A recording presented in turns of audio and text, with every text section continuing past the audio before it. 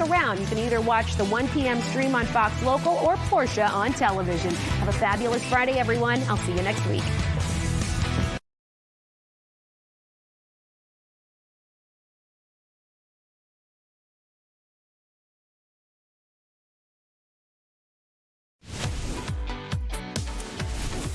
Hey there, and welcome into Fox 5 News Live at 1 o'clock. I'm Eric Perry. We have made it through another week. It is Friday. Good to be with you and good to have you with us as we walk you through some of the big headlines from the week and of the day. Of course, we're going to talk a little bit about the weather. Beautiful weather to get outside.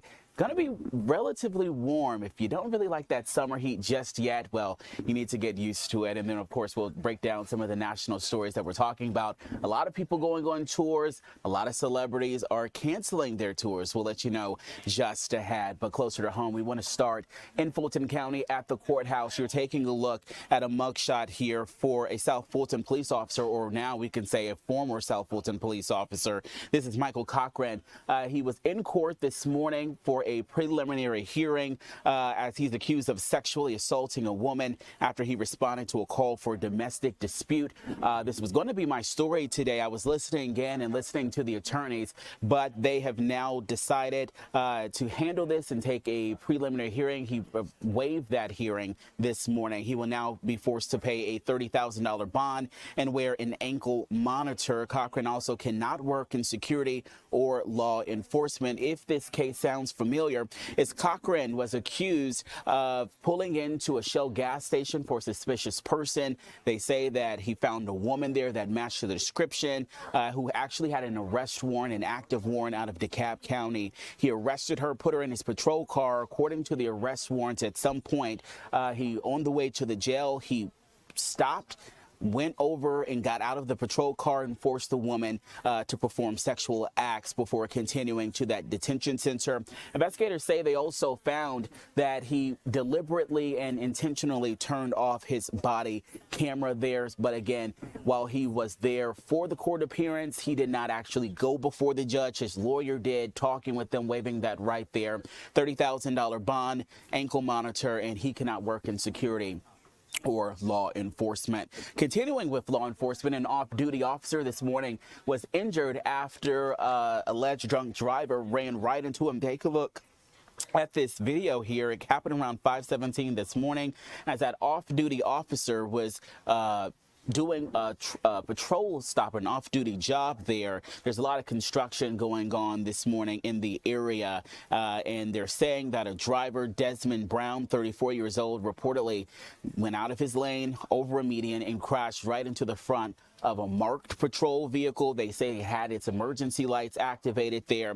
The officer was taken to the hospital. You can see a Grady ambulance here. He's expected to be okay, just having some neck pain there.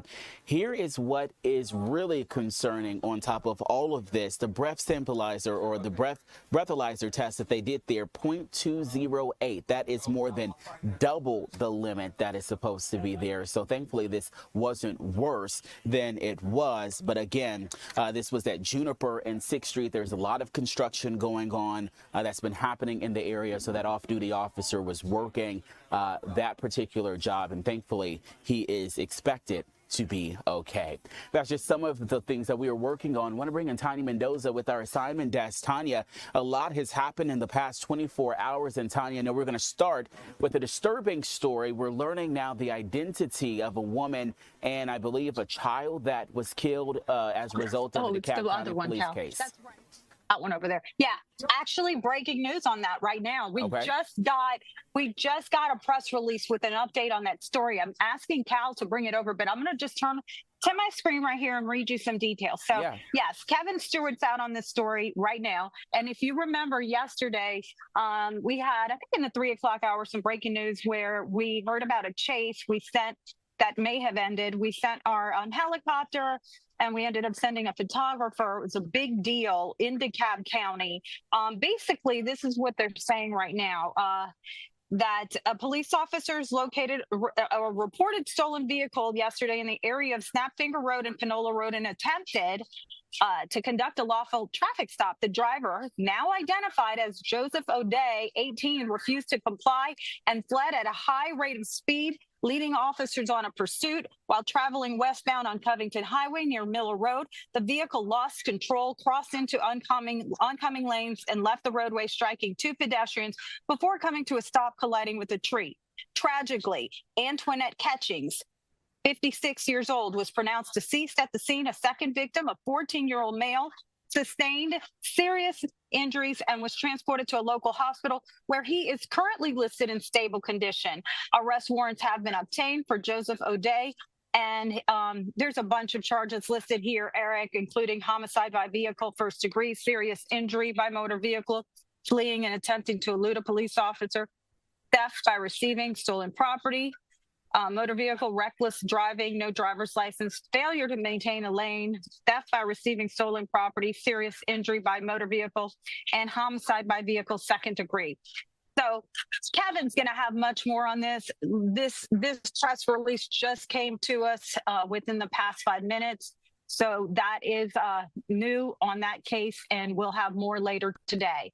Yeah, it's really parks the question. We talked about it honestly this morning about police chase. You know, there's so much information when it comes, or we want to know more information when it comes to, did they activate it? How fast were they going? Could this have been prevented? But unfortunately, this is not the outcome that we wanted. All right, I know you're following something in Troup County with our suspected rapist there.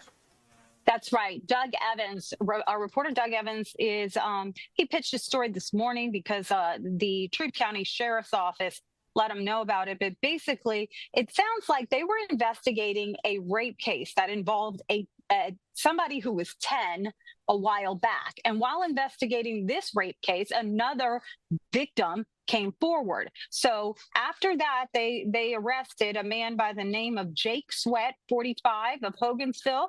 And so Sweat faces 2 counts of rape involving victims who were both under the age of 16 at the time of the crimes. And the case began, like I said, with the case of a female 10 years old when it happened. They want to know if anybody else may have been a victim, and they're asking that anyone who has any additional details call investigator Zara Zumwald at the Troup County Sheriff's Office, and that's his mugshot right there. Fortunate, Tanya, thanks so much. And I know we're waiting for a press conference. I know Deidre Jukes is there about a death investigation. The family is now suing, and a very popular adult establishment is now involved in that as well. Yeah, that's right. Deidre Jukes is going to be attending this press conference with attorneys and family members of a man who was shot outside of Magic City. Okay, so this suit basically let me just look at my notes here, because the family alleges that Mr. Avery was walking away from an attempted robbery when he was shot multiple times by an off-duty officer by the name of Marcus Hayes, who was working private security. The lawsuit claims Avery was not a threat and that the shooting was unreasonable use of force. The family and attorneys are holding this press conference at 2. The names of the defendants include Marcus Hayes, APS valet, and entities connected to Magic City for alleged lack of proper safeguards and supervision. So the victim's name on here is Jerome Avery. And it's very, they're telling their side of the story. I'm sure Deidre's going to reach out to Officer Marcus Hayes and Magic City to get their side of the story as well. But that's what she's working on today. All right, and we want to end on another note. You have a competition this weekend, Tanya. We want to wish you luck on your competition. If you don't know at home, Tanya is a dancer, and we're hoping that you take home the prize there, Tanya. All right, we're wishing you luck. Thank you so much. It's all for a good cause. Half the money goes to the Georgia Ballet, and the other half that is raised goes for Toys for Tots. But here at Fox 5, we are big supporters of Toys for Tots every year. Absolutely. All right. Monday, we want a full update when you update us on the other stories, Tanya. All right. Thanks so much. All right. Want to bring now Sparkles in here. Sparkles. You got your sparkly dress on. Lauren Robinson tracking the forecast for us. And it is going to be a hot one. I'm not a fan of the heat, but at least it's kind of a dry heat without the humidity. So that's bearable. Yeah. Okay. Well, Sunday. Okay. Sunday afternoon. That's your day to go play outside, okay? Because it'll be much cooler on Sunday afternoon. The next couple of days, you might want to stay indoors, Eric. We're going to have those temperatures in the upper 80s, low 90s today. We could reach 90 degrees this afternoon for the first time all year. We're already on our way there. 85 degrees in downtown Atlanta. A little bit warmer to the southeast, 86 in Eatonton. And the one area is still kind of trailing in the 70s, but that's to be expected up in the high country. 76 degrees right now in Blairsville. Even up there, they're going to get pretty warm this afternoon. Now, as we take a look at our live Viper radar, not a whole lot happening across the southeast. We've been very empty on our radar in this neck of the woods. That's because we've continued to see sunny, dry conditions. But as we take a look, those two low pressure systems up through the Great Lakes and the trailing cold front there pushing through the Midwest, that will eventually make its way toward us here in North Georgia. And as it does, we're going to see some light scattered rain showers early Sunday morning. Early, most likely even before you're out the door. So it really shouldn't impact your day on Sunday, but you'll notice maybe the wet ground and the cooler temperatures. We can see that here on our hour-by-hour forecast. You plan out your weekend. Today, we continue to be sunny and hot. Not a whole lot of change. Saturday, we stay hot in the upper 80s, but we'll start to see that cloud cover fill in a little bit by Saturday evening ahead of that cold front. That cold front pushes through early Sunday morning, and this is where we're looking for those light scattered rain showers behind it.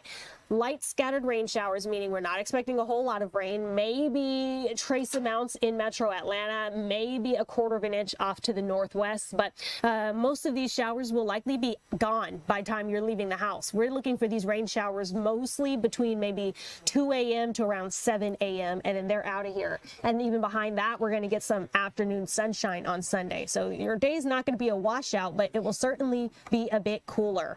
In the meantime, today, well, we're not seeing cooler anything anywhere. We're in the upper 80s, low 90s, very hot. We could break a record high today. Yesterday, we came 1 degree short. Today is going to be our hottest day of the week, so I think we actually break the record today and then maybe again tomorrow. Overnight lows, like how we've been seeing, mostly in the middle 60s. These are temperatures we've been waking up to for the last few days. Now let's take a look at the 7-day forecast, because your weekend is basically broken into two pieces. You're hot on Saturday and then you're cooler on Sunday with those highs in the low 70s. I think on Sunday, some areas might not even make it out of the upper 60s. So it's going to be quite a bit cooler. Then of course rebounds quickly, but unfortunately not a whole lot of rain to kind of pull us out of our big drought that we're seeing across the state. Now, is this 90? Is this a record-breaking 90 degrees, or is this on par for what we've seen before? No, this will certainly be a record-breaking 90 degrees. Currently, our high for the day, I think it's 87 degrees. We could break that, and then it would also be our earliest 90-degree day on record in Atlanta. So we have to first see if we make it, because yesterday I talked a lot about breaking record highs, and we came a degree short. So now I'm worried about jinxing it. So we'll see if we break it today and actually make it into 90 degrees, and then tomorrow I'll talk more about it if we actually do it. All right, Lauren, thanks so much. That's your check of your forecast. When we come back, a class on FIFA and the impact that sports has on the economy. You can sign up for it. We'll tell you how. We'll be right back.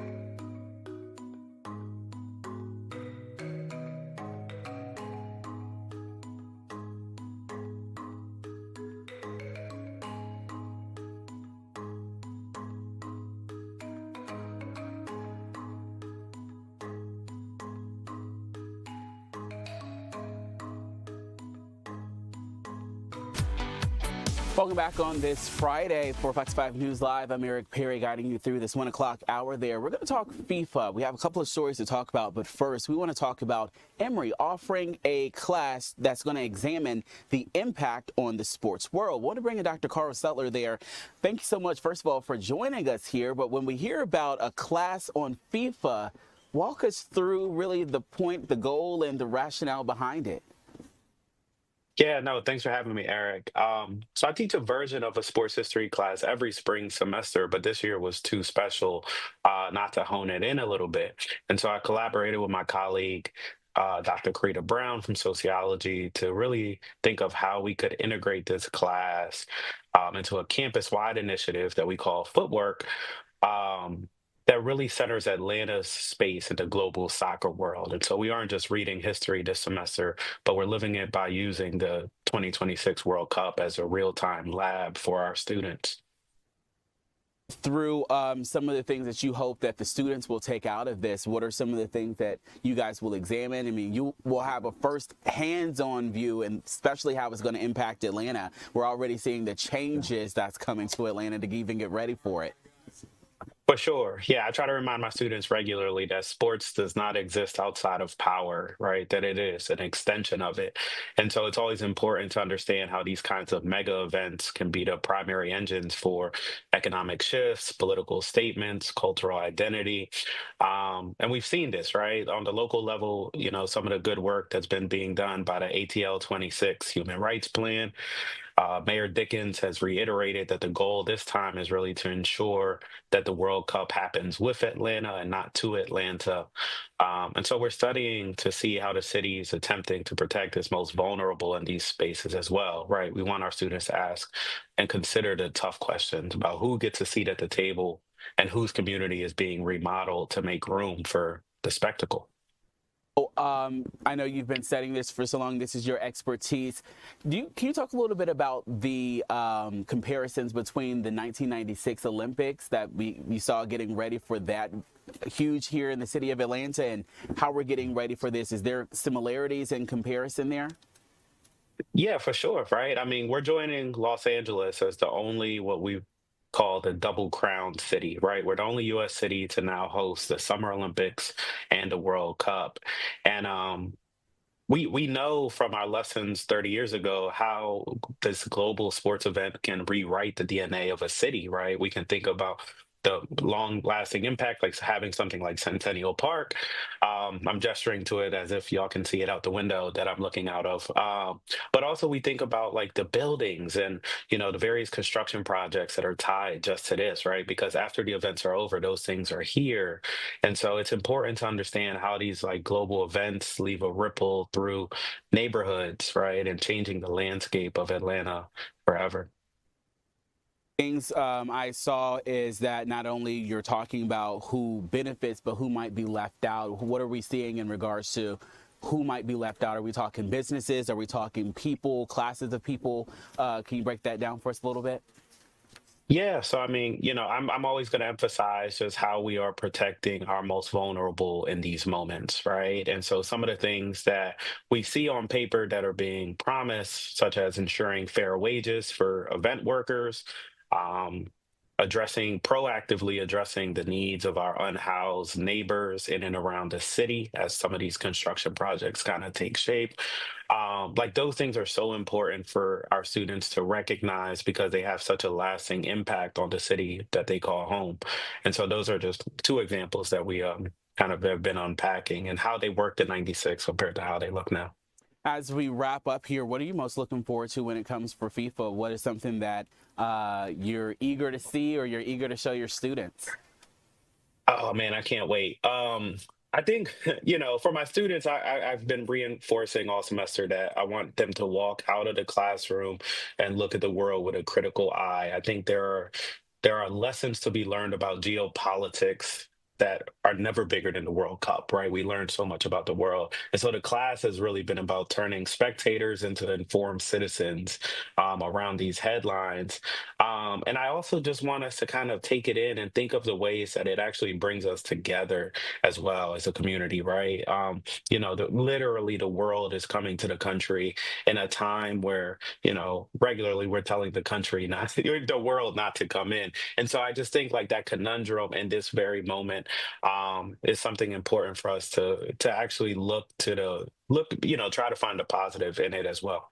All right, Dr. Carl Sutler with Emory University. Look, I'm going to go ahead and welcome you back in. We're going to need your expertise as the FIFA World Cup gets here, as we get into the event, a wealth of knowledge. We appreciate you coming on, and I look forward to our conversations in the future. Oh, no, thank you. Thanks again, and looking forward to it. Absolutely. All right, we're talking about the World Cup, a lot of conversations happening around it. Let's talk about the banning of tailgating, or that's the rumor, I guess, that's been going on. You're looking at kind of a promo video of what we're seeing. FIFA put out, they say they are not banning tailgating. If you're not familiar with what tailgating is, if you're living maybe under a rock, hello to you under your rock. We welcome you into our conversation. But tailgating, you get out there, you have some fun before that game there. And the rumor was going around that FIFA had banned it. That came from a post after I did some research from Boston. They put in a line saying that it was banned from FIFA. FIFA has come out saying that they are not banning the American tradition there of having fun, eating, and yada, yada, yada. They're saying that they're clarifying and says that although they're not banning it, they're restricting it to maybe the stadiums and the local law enforcement for them to make that security type of decision there. So while FIFA itself say they're not banning it, on a more local level, you have to go stadium by stadium. So it will be Atlanta Police and Mercedes-Benz that will make that decision when it comes to those big games here. So, everybody wants to get out, they want to have some fun, but of course they want to make sure that everything is safe as well there.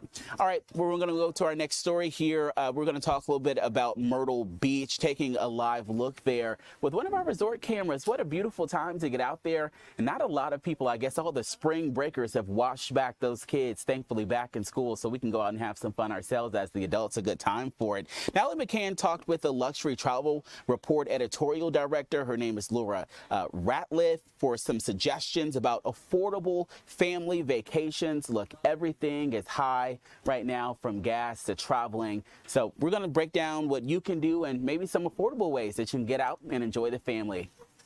Okay, so a break from the daily grind, some quality time together sounds so perfect. When you're figuring out these family-friendly destinations, what makes something family-friendly these days? So I think family friendly, first of all, I think it's a destination that has a mix of a lot of different things to do. You really need to focus on having activities that can please everyone, which I know sounds a little bit impossible, but there are many different places within a quick drive from Atlanta that have a little bit of something for everyone.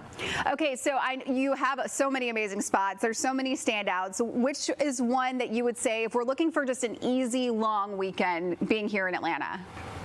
An easy long weekend that's a drivable distance from Atlanta, I think one of the easiest trips you can take is Savannah. So Savannah is relaxed, it's walkable, it's really beautiful. To me, it's the type of place that you don't need a packed itinerary. You can spend your whole weekend just wandering the squares, and that can be the whole experience. Oh, I love that. What about for groups? When you're trying to get a big group together, it can logistically, that can be challenging. Group travel is really hard, like I said, because you're trying to please everyone, and it can also be a big strain on the budget. So for budget-friendly group travel, Myrtle Beach is around a 6-hour drive. It's one of those places that can be really no stress. You show up, everything's right there, easy place to have a big vacation home for a group, and there's just always something to do. So whether someone in your group wants to walk the boardwalk, other folks want to play mini golf, or just hang out on the beach, this spot is a place that I think is less about planning and more about just enjoying time together. I also feel like, Laura, Dollywood is a place that you probably don't have to do a lot of planning because there's just so many fun things to do there. Dollywood is incredible because I think people immediately just think rides and shows, and it's actually this really well-rounded destination. So you have the Great Smoky Mountains National Park, which is actually the most visited national park in the entire country. So you can have rides, shows, food, and then also pair it with a nature trip. So it really feels like you're getting 2 vacations in one. And it's also such an easy drive for Atlanta, so you don't have to worry about flights or any complicated logistics. So I'm such a beach girl, but I feel like there's a spot in North Carolina, Asheville, that is not a beach, but it's outdoorsy, it's mountainous, and it's just, it doesn't matter what time of year you go. There's so many fun things to do. Asheville is another great one that I included on this roundup because it's actually one of the shortest drives from Atlanta too. So you drive 3.5 hours and you're in an incredible place with these mountains, with food, and it just kind of has this really wonderful creative vibe that I feel like can be really hard to find. And if you haven't been, the drive along the Blue Ridge Parkway alone makes the trip worth it. And another great point about Asheville is that it's one of those places that feels very different depending on the season. So go in the summer, have a great time being outdoorsy, having some great food, and then do it again in the fall when the fall foliage is just out of this world and you feel like you've kind of discovered this little travel hack with this one secret destination. Oh, it's so stunning, isn't it? And did we hit all of your spots? Charleston is another one. So pretty similar to Savannah, about a 5-hour drive, but it's another place that is just charming, easy, very walkable. It feels elevated, but it doesn't have to be expensive if you plan it right. You know, things like the historic city market and visiting the Battery are all free. So if you want like a long weekend where you want culture, but not a jam-packed schedule, Charleston is the way to go. Oh, so many awesome spots to check out. All right, well, we really appreciate it. I hope you have a fantastic weekend. You too. Thanks for having me. Of course, and you can get more travel information from Luxury Travel Report. Just go to our website, fox5atlanta.com, click on the Good Day tab, and look for today's viewer information link. All right, that was Natalie McCann there breaking down with an expert about affordable travels. Everything is going up, including the price of jet fuel, and that has one airline might be landing for good there. We'll tell you about that and bringing in an expert about what you need to know moving forward. We'll be right back.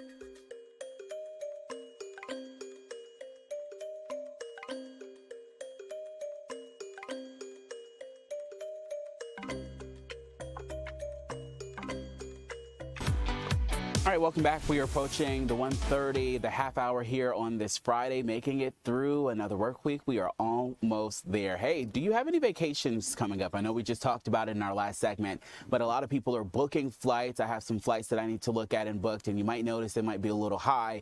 Well, we're also talking about the price of jet fuel. That is really complicating and throwing a wrench into it. I want to bring in Nick Ewan here. First of all, thanks so much, Nick, for joining us to talk about this. I know one budget airline that we've been talking about, they're already going through some financial issues, and this is just adding some turbulence, for lack of better words, to their case there. Thanks for joining us. Yeah, of course. Thanks for having me on. Yeah. Talk a little bit about, we're talking about Spirit Airlines. What is going on with them when it comes to them trying to get out of bankruptcy and some of the hurdles that they're facing? Yeah, so Spirit has really been in a tough financial spot ever since coming out of the pandemic. Their low fares, their kind of low-cost operating model really struggled to turn a profit. So they've really been struggling. They're in their second round of bankruptcy in just the last couple of years. But really the straw that apparently is on the verge of breaking the camel's back is this increase in jet fuel costs. And by some reports, we are actually now on the verge of potential bankruptcy and liquidation, where Spirit will no longer be operating. Again, we don't know for sure. Spirit hasn't commented on that, but there is a chance that it could be completely out of business in a matter of days. A lot about before, you might not know this, but a lot of the different airlines to offset the rising costs of, they raise their baggage fees and that type of thing. Has Spirit tried any of those techniques to try to prevent this or get some money back in and offset those costs? Well, Spirit already has a ton of ancillary fees. Of course, they make their marketing materials follow around that low cost of travel, and then you're paying for everything extra: seat assignments, carry-on bags, and check bags. So while larger airlines maybe have a little bit of a cushion to be able to expand some of those fees, something like that is probably not going to be significant enough to help an airline that was already in really tough financial position. And with jet fuel often being the second largest cost for airlines, this huge increase, even if we are maybe starting to see some relief with the Strait of Hormuz potentially reopening, that's potentially too little too late. I was just going to ask that. We're seeing now news that the Strait will be back open. How, and many different airlines are seeing the increase in the financial strain with that. How long could it be until we see prices maybe go back down, especially as people want to book for those summer months? Yeah, I think it will not happen immediately. It probably won't happen for a matter of weeks. It does take time for some of these things to work through the system. We've even seen some reports from Europe where we see real jet fuel shortages that are potentially going to impact summer trips in Europe. Again, it's too early to know exactly what the long-term or even the short-term over the next few weeks situation looks like with the Strait of Hormuz. Fingers crossed for those of us who love to travel that there is going to be a drop because we want to get out there and we don't want to pay an arm and a leg to do so. So if I have a flight booked through Spirit Airlines, what do I need to know? Is you're saying any day they could, or there's that possibility. So what should I know if, they go out of business or anything like that and I have something booked? Well, the first thing, definitely enable notifications, so you'll be the first to know if your flight is ultimately canceled. The other thing is you may want to look into booking a potential backup flight, especially maybe a refundable rate with another airline. The nice thing is if you book a flight maybe 3 or 4 hours after your Spirit departure and then your flight goes off without a hitch, you can then cancel and get your full money back, especially if you're traveling within the next couple of weeks, especially if you're trying to get to a big trip like a cruise or a non-refundable hotel booking, where you would really be put in a hard spot if you were to have a flight canceled and not get rebooked. The other thing is if your flight is canceled, you should be able to hopefully request a refund through your credit card issuer. You may not be covered with any credit card travel insurance, but if you did purchase independent insurance, check your policy because you may be eligible to get reimbursed through that as well. Are a wealth of knowledge and expert in all of this. Your gut, what is it telling you when it comes to Spirit? Do you think they'll be able to pull through this? I know we've heard similar situations like this when it comes to the airlines. Do you think they're really in a tough spot? I do think they're in a tough spot. I don't want to put any wagers on whether they will stay in business or not. But ultimately, if they do come through this, I think they will have to make some pretty significant changes to their operating model in order to emerge on the other side of this and effectively continue to operate. So only time will tell. But right now, if you are booked on Spirit, I would recommend making some of those backup plans just in case it does go in the direction of liquidation. All right, Nick Ewan, thanks so much. That's exactly what our viewers, they want to hear. Just be prepared. You just don't know what's going to happen. You know, we're not saying they're going out of business. We're not hoping they're going out of business, but just in case, those tips and everything like that. And we were scrolling some of those tips and we put up a graphic so people at home were looking and hopefully taking notes, and we'll try to put that on our website as well. Thanks for joining us on this Friday. Of course. Thanks for having me on. All right. So from the sky to the ground here, maybe flying's not for you. Maybe you take the bus here. MARTA is doing something that they haven't done really in its history, and they are redoing since the 1970s. They're completely redrawing the bus system there. That is a big deal. A lot of people here in the city take MARTA. You're taking a look at some of their promotional video there, and I'm going to move this graphic so that way you can get a really good look at all of this here. So what it's called is the more frequent service. So you have new routes in Atlanta's first bus rapid line. It's called the Next Gen Bus Network, and it launches tomorrow. So you need to be listening to this in the details. It will triple the number of high frequency corridors. So that means many riders, you might see a bus arrive every 15 minutes or even less than that. Nearly a dozen routes will feature service every 20 minutes or even better. So you won't be waiting as long. The 81 fixed routes will operate at the same frequency for most of the days, 7 days a week. That will also include a new A line. So that A line is the first bus rapid transit route. So think about it like a train that's running like a bus. You'll have fewer stops, more consistent service. So instead of stopping at all of those different places there, you will have a more consistent route leaving out there. The 5-mile route will also connect downtown Atlanta to Capitol Gateway, Summerhill, Peoplestown, and the Beltline Southside Trail. So if you're riding, you can get on that and really take it anywhere in the city. That's really going to probably be influential. They're putting this out now. We talked earlier, FIFA. A lot of people, a lot of companies, a lot of transit agencies here, they're getting ready for FIFA and the thousands of people that we will see as well. Some buses will even run in dedicated lanes and use technologies that can change the traffic lights to make sure they keep moving. So I'm going to have to take a look at those lights and be behind one of those buses so we can keep moving through the stop signs there. But all of this will go into effect on tomorrow. All right, that's just a couple of things that we are working on. We do want to take a moment and recap some of our other big stories that we've been working on. We talked about the Strait of Hormuz when it came to gas prices. That's really a big thing. I filled up my gas tank today, and it shed a couple of tears there, but we made it through as the prices continue to go up and up and up. But hopefully there will be some relief there as well. Here's the latest with the Trump administration and Iran, as they are saying that they will open or reopen that as well. So Trump says the blockade on Iranian ships and ports will stay in force. However, Iran said that it will fully reopen the straits. And if we can take that full, I'm going to do some research and read for you just some of the notes that I've been taking. This is one of those graphics that shows the ships in this strait there. Hormuz with the different vessels. President Donald Trump said that, again, that the blockade, American blockade on Iranian ships and ports will remain in full force until Tehran reaches a deal with the U.S. The foreign minister in Iran says that the crucial waterway through which about 20% of the world's oil is shipped through is fully open to commercial vessels. This as a 10-day truce between Israel and the Iran-backed Hezbollah militant group in Lebanon appear to be on hold. So the Trump administration, they're counting this as a win. They're celebrating. They're saying, again, that the Navy's blockade will continue there. And the president also said Iran, with the help from the U.S., is working to remove all mines from the strait.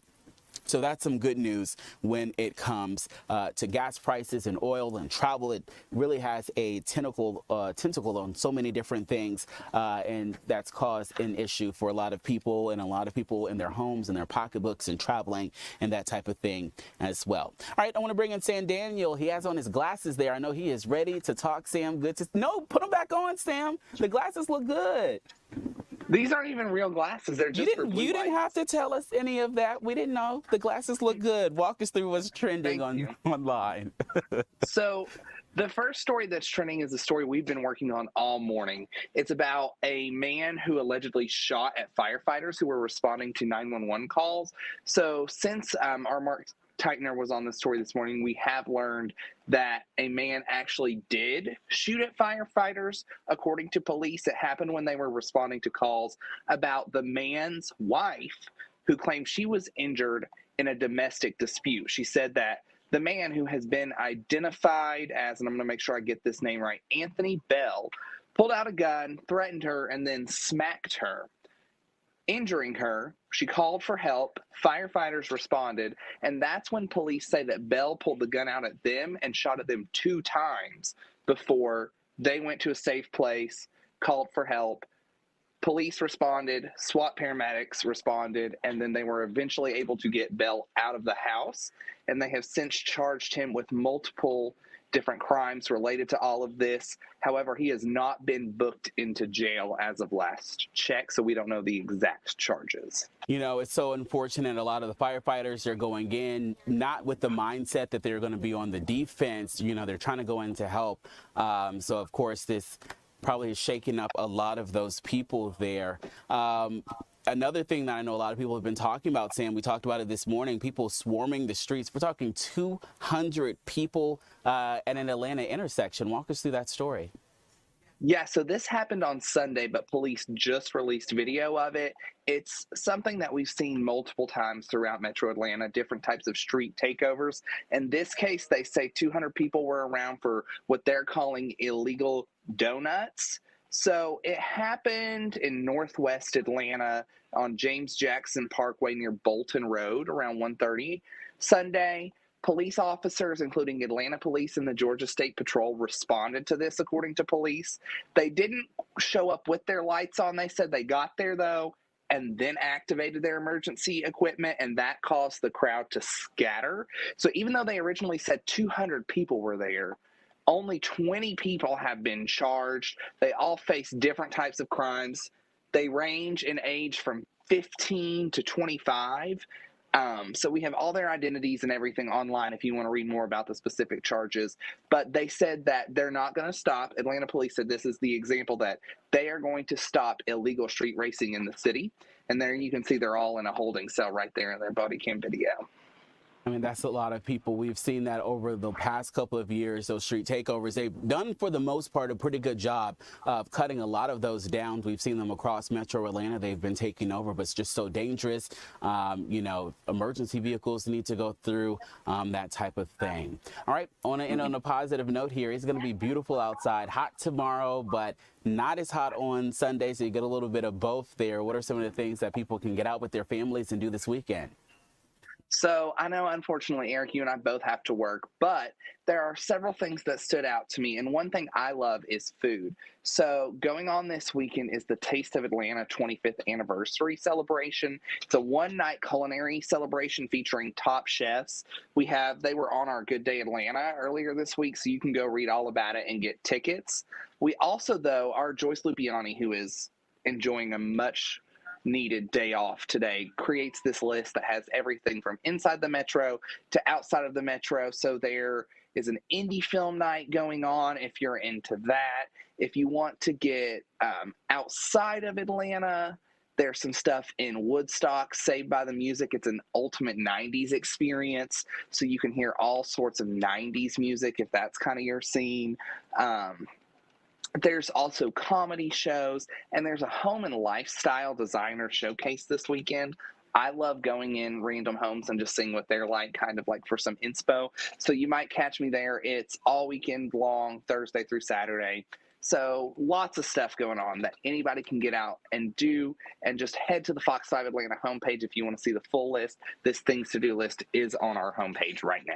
All right, Sam Daniels, thanks so much. Cardi B's going to be in town. A lot of different things happening. Hope you get out and enjoy some. I'm off on Sunday. Only if we didn't have to work. Well, I'm off on Sunday, so, I'm going to get out and enjoy. All right, Sam, thanks so much. Another thing that's happening this weekend is the Multiple Sclerosis Walk in Mass. It's tomorrow at Atlantic Station, and I'm honored to MC it this year. So we're going to be honoring different survivors there as they come together and walk for a purpose. That is tomorrow morning. It starts, or site opens there 7 o'clock in the morning. The ceremony starts at 8:30 that I'll be a part of, leading it, getting the crowd hype and updated and stuff like that. And then the walk will kick off at 9. Atlantic Station, free parking. So there's really not an excuse for you not to wake up and enjoy a beautiful day ahead. And it's all for a good purpose. So we'll see you tomorrow as well. So much stuff happening tomorrow as well. Let's bring in Paul Milliken. He is doing something with the Southeastern Railway Museum. It's in Duluth. They are taking people on what's called the Track Speeder Days. Here he is to explain more. Hey everybody, coming at you from a very cool place right now. We are on board a track speeder, and if you don't know what that is, don't worry. We're about to tell you. Track Speeder Days is back all weekend long at the Southeastern Railway Museum in Duluth. So Ben Harrell, answer the burning question, what is a track speeder? It's a piece of maintenance equipment that was used by the railroad to inspect the track or work on the track from the 1920s to about the 1980s. So when there would be an issue on the track, they would take these out to fix it. And then after the 1980s, how did these get upgraded? They started changing these out to vehicles that had high rail equipment on them that allowed them to go to a crossing, lower the gear down onto the track, and literally drive down the track with a car. Okay, so we've got a little action going on back here. Tell me what's happening. He's switching the line from one side to the other so we can back all the way down to the shop. And how is he doing that? There's a switch stand that he's working on right now where he's lifting it up, and you can see the center tracks of the frog moving, the switch moving over, so it'll allow us to switch onto the separate track and go back. That is very cool. So you are literally shifting the track over to change the direction this train is going to be moving in. That is correct. Wow, and it happens very quickly, as you guys can see. So now we're going to jump back on board. He's putting the lock on it, and we'll start to move again. So during Track Speeder Days, people can come here for $5. They can jump on and ride with you. And what is a typical ride like around here? We'll go from inside the main building out on this track right here and then back all the way down to the shop. Yeah, and if you notice that he's a really good backwards driver, there's a backup camera on this. Now, Ben, back in the 1920s, they didn't have backup cameras on these. You kind of souped this one up a little bit, right? Just a little bit. What was the condition when you bought this track speeder? It came to me in pieces. Oh boy, it was in pieces. So it took you about 2 years, you said. And I think you told me before you fixed this up to sort of look like an executive car. Is that right? That is correct. And so what does that mean? Basically, it was used for taking customers out on executives of the railroad to see the different sites and the different lines. So it would have been a little bit nicer, a little more upscale. A little bit more upscale. Yeah, well, it certainly is. So again, we are on board a track speeder right now, something you can do all weekend long at the Southeastern Railway Museum in Duluth. And just let me tell you for a minute, I've spent a lot of time at this museum over the years, but you see it in a way you don't normally see it when you're on a track speeder. For example, where we're going right now, we're going back kind of around the edge of the property toward a shop where they work on trains back there. Not an area I knew existed until today. And like I said, I've been here many times in the past, so you'll always learn something new, and it just feels very cool to be here at the Railway Museum riding the rails on a beautiful weekend. So Track Speeder Days are back. All aboard. All right, Paul Milliken, that looks like a lot of fun, and a lot of fun to get the family out for the weekend. When we come back, we're tracking breaking news out of DeKalb County. We'll take you out there live. Stay with us.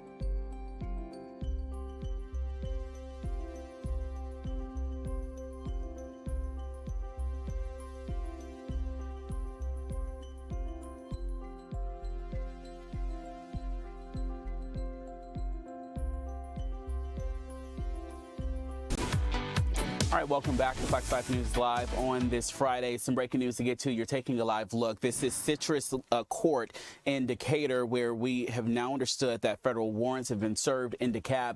One person arrested. Our Stephen Herron is out there now. Stephen, if you can hear us, can you walk us through what you're seeing there on the scene? Hey, Eric. Yeah, I'm here at a small apartment complex. It's at Columbia Drive and Citrus Court. Initially, I've been seeing a lot of law enforcement officials, including U.S. Marshals, along with DeKalb County Sheriff. Haven't been able to gather too much info just yet, but so far what we know is it's a federal arrest warrant being served. I was told it was for one person, although multiple people were detained. I've been able to personally witness 2 people in cuffs placed into the sheriff's vehicle you see here. All right, Stephen, I know you're not able to look at some of the information that we just got in. I think we just got some more information in there. They had that arrest warrant for a Charles Brown, and thank you so much for kind of guiding us through, just giving us a little look there. That's Stephen Herron out there, one of our photojournalists. But we've learned that they had the arrest warrant for a Charles Brown. He was under a supervised release of a violation out of the Northern District of Georgia. And when they got there, they say they saw what they think are firearms and drugs, and that's when they brought in the DeKalb County Sheriff's Office as well. So it looks like a joint investigation there with police and the Sheriff's Office and the Marshal's Office. That's all including. Are there tape, or Stephen, if you can answer, are there any tape out there? Are there any blockades that people should know about? Is this pretty much confined to that apartment complex? I know you said it was a small kind of property that we've been looking at. Yeah, there's no tape up. It's pretty much confined to this small apartment complex here. Initially, there was a sheriff's vehicle kind of blocking the entrance, but they've moved. Okay. So, yeah. Stephen Herron, thanks so much. That's a good thing about Fox 5 News Live and the streaming stuff. We can get a photog out there. We can get a camera out there. We can really just talk through the details. As we know something, we can show you. And then, of course, we can polish it for the newscast later on there. But that's really what we love about this newscast. We can really get you out there on the scene, really that raw, gritty, what we're learning in the moment there. All right. Want to bring in our, I believe, Eli Jordan there, who you dubbed yourself as the Little 5 Points reporter. That's your beat now, out in Little 5 Points. What have you discovered today, especially when it comes to the new statue? Hey, you spend your decade in a neighborhood. I hope it's your beat. And, but yeah, I'm in Little 5 Points today, and they've been working on Finley Plaza, named after Mr. Finley, who owned a hardware store many years ago in the 70s and early 80s. Finley Plaza is working on it many years, getting it refurbished, upgraded. They had a whole bunch of nasty, scraggly crepe myrtles and planters around there, and there's going to be a ribbon cutting today, and a nice sculpture is out there by Arland, who is a known artist here in Atlanta. Pray for Atlanta and Meow. But there's another plaza around the corner that's not so known, and I wanted to show you because they've done some updating here, and it is Davis Plaza, and it's where Psycho Sisters and Little 5 Diner is. We used to be a Little 5 Pizza, and the Little 5 Pub right over here. And so, but the Davis Plaza is named for Officer Gregory Davis, who this was his beat, and they recently put this new memorial up here just a couple weeks ago for Officer Gregory Davis. He was a beat officer here in Little 5 in 1988. He was shot and killed in the summer of '88, and while he was patrolling this area, and so they named this plaza after him. But he hasn't gotten very much recognition. No one knows very much about why it was named Davis Plaza, but now you know. Davis Plaza has his own memorial, his likeness on this memorial, and I was told that back in the day, the community was very, very close to their beat officers, and residents would come out and walk with the officers around here in the early 80s, just make sure they're safe, because Little 5 was not the safest area back then, but there was a very tight community, and they would walk with officers, and it really affected the community when Gregory Davis was shot and killed while on duty. But they have that memorial for him there at Davis Plaza here in Little 5, and around the corner we have Finley Plaza, and this is where the ribbon cutting will happen. In Arland, he has a sculpture, but Arland is responsible for this artwork I'm sure you've seen, Pray for Atlanta. And there's going to be a lot of things going on out here. You can see that Finley Plaza is completely different than it was. It's wide open, more inviting for communal events, and they even have more bike racks. 10 more bike racks out here. So, yeah, that was one of the complaints. There's not enough places to put your bike and lock it up. We're going to be out here 3:45 today. City leaders, business owners, residents who are excited are going to come out here and officially unveil what will become an iconic image here at Little Five, our lands, Little Five sculpture here at Finley Plaza, where it's open now for more events. And the porter has put in a nice little porch over there with an umbrella, and you can see other people are getting excited for the ribbon cutting today. Now that Finley Plaza has finally gotten its facelift after years and years of planning and construction delays, they're ready to break the champagne bottle open on the bow here and get things going with a new festival season and really use this plaza, use this space for fun, living life here at Little Five, and also too the bastion of small business, which is the backbone of our country. 99% of employment is from small business, so come out here and support your small business and shop at your shops here. Crystal Blue is good. I like that place. And eat food here. There's lots of places to eat food. Come FIFA, Brew House will be packed. Brew House is a known soccer football bar, and they have food there, and that will be the hot spot during FIFA World Cup. But yes, Little Five today is going to have a nice ribbon cutting, ready for the festival season and the coming FIFA crowds. But I also want to put a nod to Davis Plaza, which was named for Officer Gregory Davis, who died in the line of duty in 1988, with his new memorial. Eric, I will kick it back to you. All right, Eli Jordan, it's a beautiful day out there and really going to bring the community together. All right, I'm going to bring in Ariel Onstott for Fox 5 and Fox News at 2 o'clock in the 2 o'clock hour. So much that we are cooking up and working on there. She'll be back with you after this break.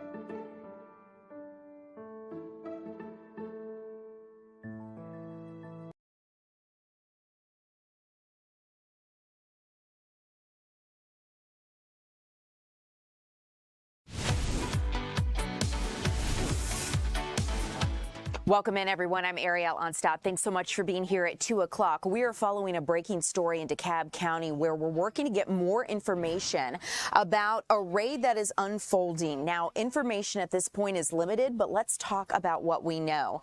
So at this point, a federal arrest warrant has been served in DeKalb, and we are being told that one person has been arrested and multiple other people have been detained. So we're working to figure out more information as to what happened here, what police are specifically looking at in this situation. You can see a sheriff's vehicle as well as it looks like some other vehicles there on scene. Not sure if the marshals are involved with this, but let me tell you where it is.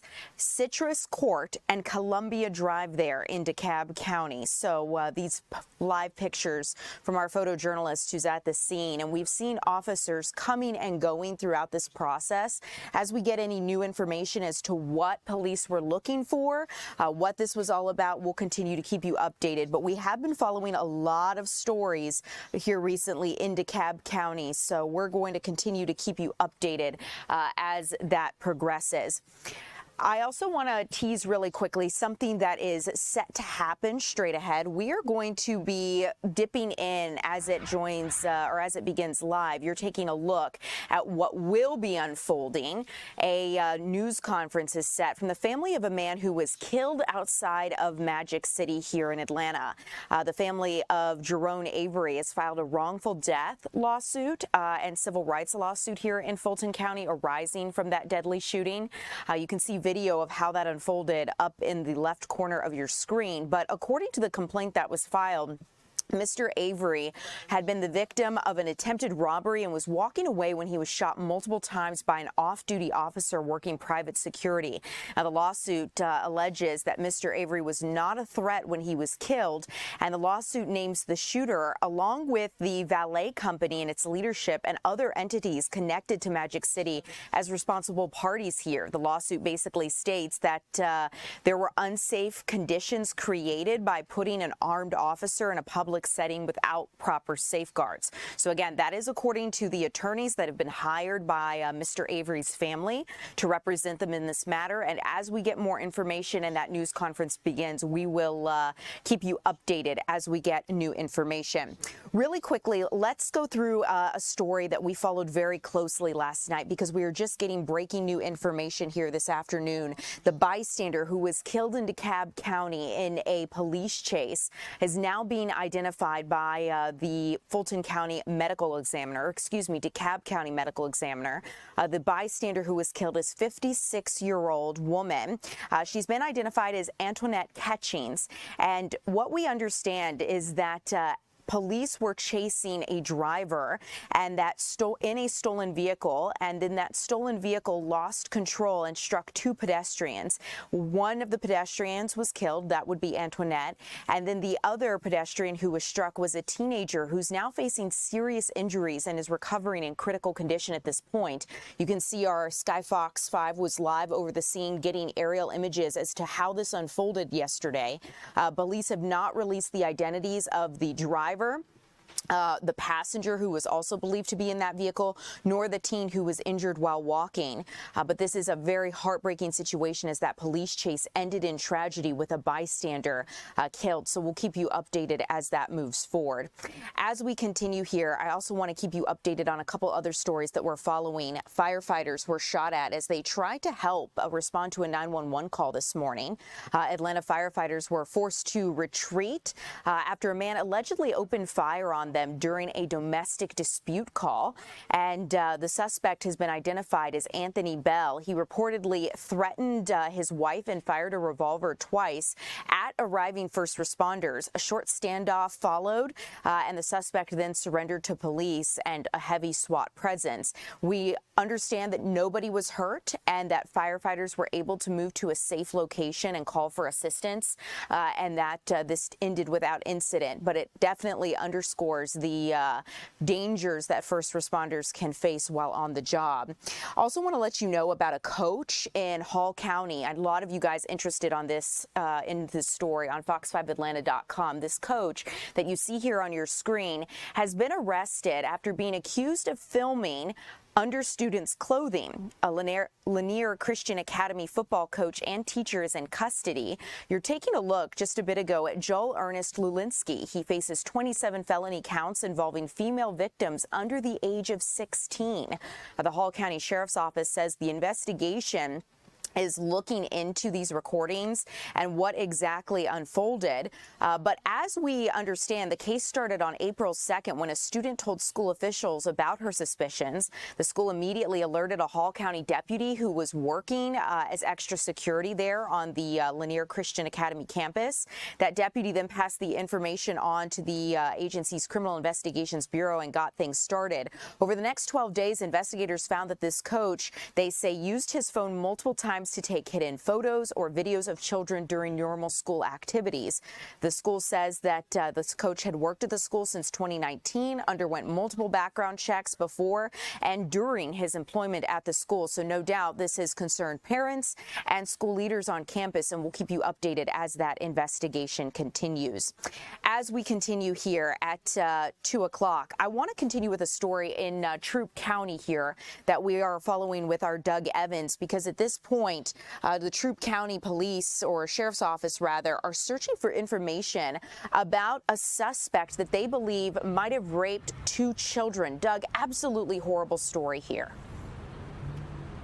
Yeah, coming to you live from the beautiful town square here in LaGrange. A beautiful setting that belies the seriousness of this story that you were just outlining. A Hogansville man, 45-year-old Jake Sweat, has been arrested by Troup County Sheriff's deputies and charged with 2 counts of rape. They say the victims are under age 16 and that one of them was 10 years old when the crime happened. Both of the alleged rapes happened many years ago. The 2 victims now in their 20s. I talked with the Sheriff's Office about the case this morning.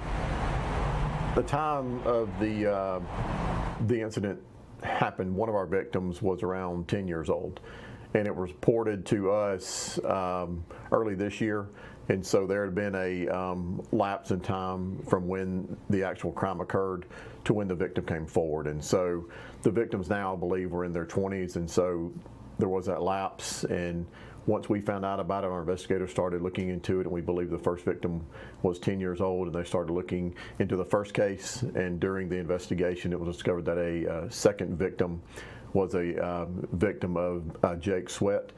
And so they started looking heavily into this case, and then found that there was enough evidence to bring the charges on this individual. All right, so we're talking about 2 girls who were around the age of 10. Yes, well, what I do know, they were both under the age of 16 when the crime occurred, and I believe one was around 10 years of age, yes. Yeah, just heartbreaking details from the Troup County Sheriff's Office today about these 2 young victims now in their 20s coming forward after all these years. First one girl and then a second one. And because of that, investigators are making a public appeal to anyone who has information about Jake Sweat. He's from the Hogansville area now. They don't know exactly where he may have been located at the time of the crimes, but they were said to have happened here in Troup County. So anyone with information about him or any other potential victims, they're encouraging them to come forward and contact the Troup County Sheriff's Office. Ariel, one other thing I noticed on the Facebook page for the Troup County Sheriff's Office, and I talked to them about it today, wasn't lost on them either, that they had a commemorative service just this week, recognizing April as Child Abuse Awareness Month. And so they had a butterfly release there at the Sheriff's Office, or actually wherever the event was held. And some of the investigators on that case were there. They said it was a really important time, really poignant time in the midst of this horrible case, that they could come together and release these butterflies, and perhaps some good coming out of just the awareness of child abuse here in Troup County. Doug, it's a topic that we have to continue to talk about, because if we don't talk about it, we don't draw attention to it, it will continue to happen. What is it? Darkness thrives in silence. And with that, I want to highlight some comments here that we're getting from our viewers. It seems that some people are commenting if there are two, there are more. They don't feel like this man has only victimized 2 children. Have you heard that from investigators? Are they only looking at these 2 specific cases? Is there any talk that there could be more victims? Well, they haven't talked about that specifically, but I think what they're saying loud and clear by making a public appeal to other victims that they also believe that there could be more people out there. By coming out and saying, hey, if you have information about Jake Sweat or you ever had trouble with him, we want to hear from you. I think that the sheriff's office is saying the same thing as our viewers as they're commenting on this story this afternoon.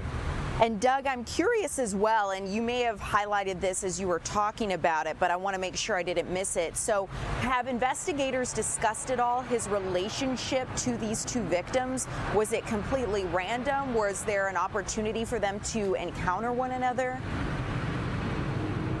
All that we know is that the 2 came forward independent of each other. One earlier this year, and as the investigation got started, then the second one. The nature of it, we simply don't know. If the girls had any connection, what kind of connection they may have had to Jake Sweat, those kinds of details have not been released. Doug, horrible story, but I am glad that you're able to bring it to our attention. If people have information, contact the Troup County Sheriff's Office. And Doug, any information as to how best to contact them? Just the number on their website? Yeah, I think you can either contact them, just look them up, probably even Google them, and just call straight into the sheriff's office line, and they'll contact you, connect you then with the investigators in the case. Okay, Doug, both victims under the age of 16 when these alleged crimes happened, so definitely something to keep our eye on. Thank you so much for bringing it to our attention, Doug. We'll see you again later this evening. As we continue here at 2 o'clock, you guys, I want to keep you updated on the stories we're following. A lot of you have stuff to say about that Hall County teacher who's been accused, as well as Doug's story. And I want to highlight some of your comments because, we're a community and you guys are always chiming in on this conversation. Nick is saying people wonder why homeschooling is increasing because the trauma children can endure in schools is crazy. And, I think you highlight an interesting point where a lot of parents do fear for their children's safety. Schools are supposed to be a place where kids feel safe, and it's really unfortunate when that doesn't happen. So a story that we've also followed closely here as this news just broke recently is that we've learned that a singer, David, has been arrested in the killing of a 14-year-old girl. Authorities say that singer-entertainer David, whose legal name is David Anthony Burke, was arrested on suspicion of killing that 14-year-old girl. And the arrest does come 7 months after police found her decomposed body. Her name was Celeste Rivas Hernandez in Burke's apparently abandoned Tesla car. You may remember this story quite some time ago when we talked about those remains being found in the back of that Tesla. But Hernandez was 13 when she was reported missing in 2024. Authorities say she was 14 when she was killed, and police believe investigators will present a case to prosecutors on Monday. Aerials in Los Angeles, you're taking a look there of this home. Show the entertainer's house in the Hollywood Hills area where he was arrested. David became popular among Gen Z music fans for his indie rock rhythm, blues, and lo-fi pop sound. And he went viral in 2022 with his hit Romantic Homicide, which peaked at number 4 on the Billboard's Hot Rock and Alternative Songs chart. Lawyers for David say he was arrested under suspicion, and there has been no indictment from a grand jury, as well as no criminal complaint filed. But we'll keep you updated. As I mentioned, prosecutors are expected to take a look at this on Monday, and we'll keep you updated on those next steps. Something unfolding on Capitol Hill today. The acting director of ICE has resigned. We're talking about Todd Lyons here, and this comes as the fight over funding for the Department of Homeland Security still continues to this day. The department is not fully funded, and Todd Lyons has announced he's going to resign at the end of May. Todd Lyons, just hours before he stepped down, or rather announced that he would be stepping down next month, basically talked a little bit before Congress about some funding proposals and what he's done at the helm of ICE. His tenure saw ICE ramp up arrests and expand its detention centers, issues that have been central to this months-long shutdown of the Department of Homeland Security. You know, Democrats want long-term reform for Customs and Border Patrol agents as well as ICE agents, and Republicans are holding firm, saying that they don't want to see some of the reforms that Democrats have proposed being enacted.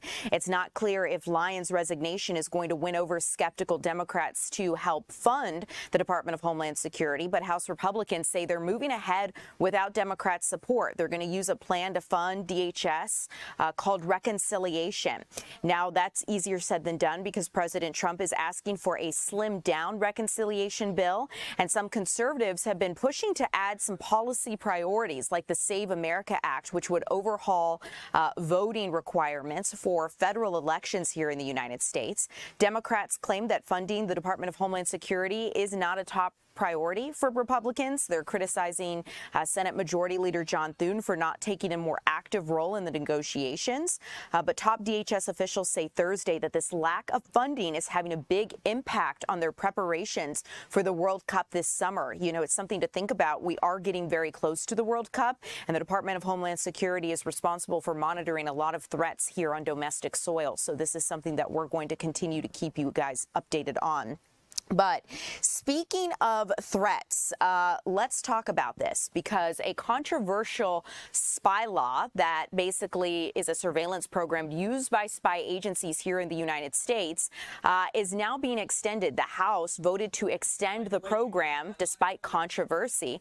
The vote came after a midnight session on Friday, with House members approving a short-term renewal until April 30th. And the bill really centers on a portion of the Foreign Intelligence Surveillance Act. It allows the CIA, FBI, and NSA to collect and analyze overseas communication data without a warrant, but there have been bipartisan concerns about privacy, as you might imagine. While this law is intended to spy on foreigners overseas, what alarms opponents is that a lot of citizens end up getting swept up in this process. So take a listen to what Georgia Representative Austin Scott and Massachusetts Representative Jim McGovern had to say. Mr. Speaker, we're here today to debate a rule on H.R. 8035, which would extend FISA 702. Currently, it faces expiration on April 20th of 2026. Let me be clear at the outset. We cannot allow Section 702 to lapse, not at a moment where our adversaries are expanding their capabilities, accelerating their operations, and exploiting every gap in our intelligence posture. So you're listening in as Georgia's representative spoke about what he felt was important in terms of that law continuing. I want to switch gears here because I'm looking off to my right and I see that the news conference is beginning for this wrongful death lawsuit that Mr. Avery's family has filed outside of Magic City when he was killed. So let's listen into what his family has to say. I'm Avery, and we, on yesterday evening, filed a civil lawsuit. We filed a civil lawsuit because on May 4th, 2024, someone under the, what we believe, direction and control of APS Valet, as well as Magic City, was armed and operating as a security officer, opened up fire on a young man who was walking across the street, who had just been robbed at gunpoint and was essentially walking away, trying to escape from what he had just experienced. That young man was Jerron Avery. Jerron Avery was shot repeatedly. The video that we watched was absolutely deeply disturbing. The family had an opportunity to see that video in the Fulton County District Attorney's Office, where this case is still being investigated.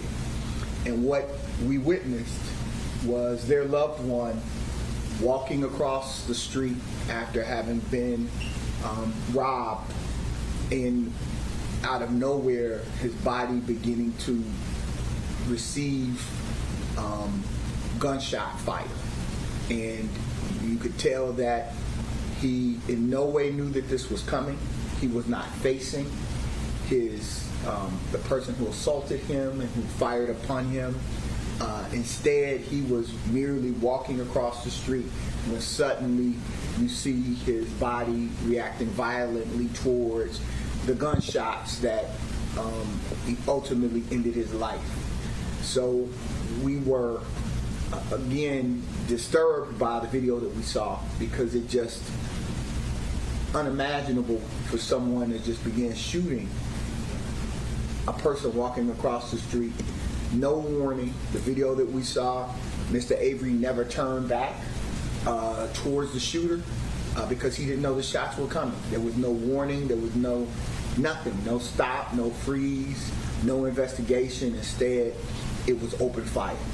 And that resulted in Mr. Avery's death, which has led us to have to bring this lawsuit because on May 4th, that will be 2 years from the date of when they lost their loved one. I'd like for Attorney Spence, my law partner, to walk you all through the lawsuit so that you understand exactly what we're alleging. Thank you, Attorney Davis. We did bring this lawsuit on yesterday, and technically it's called a lawsuit or a complaint. In reality, what we consider this to be is an accountability action.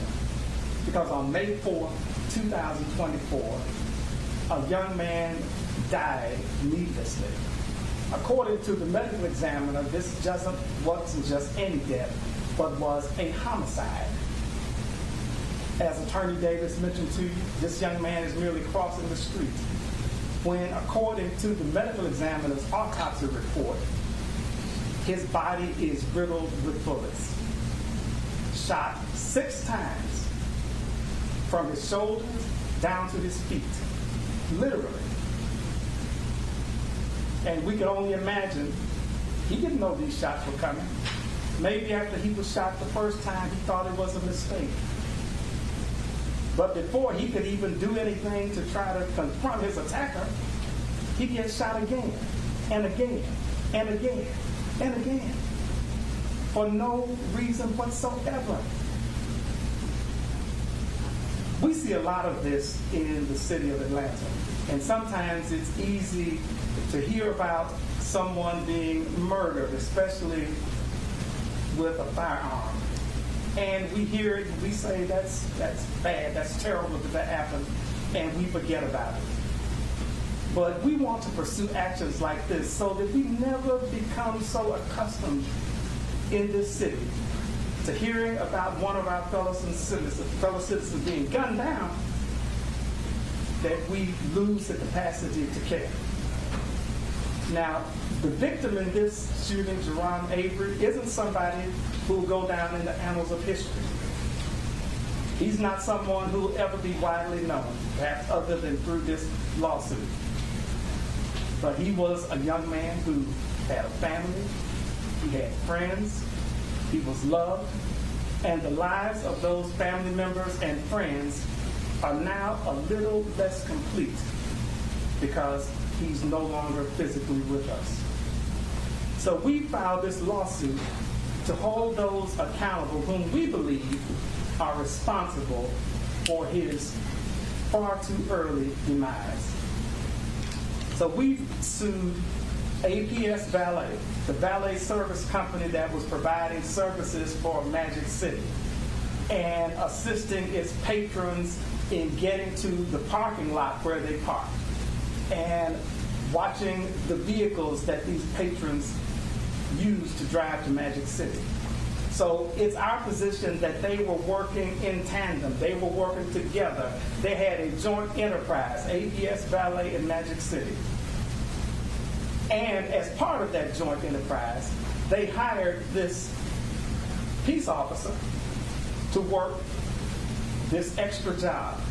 His name was Marcus Hayes.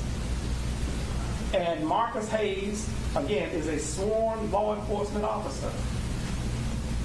And without facing any immediate threat, without acting to protect others, he unleashes this fusillade of bullets against Jerron Avery. So the basic theory of our lawsuit for accountability action is that these parties, APS Valet, Magic City, and other parties we've named, and we set out the reasons why we think some of these other parties are appropriate parties to be in this lawsuit, and Marcus Hayes. They all work together in concert to cause Mr. Avery's wrongful death.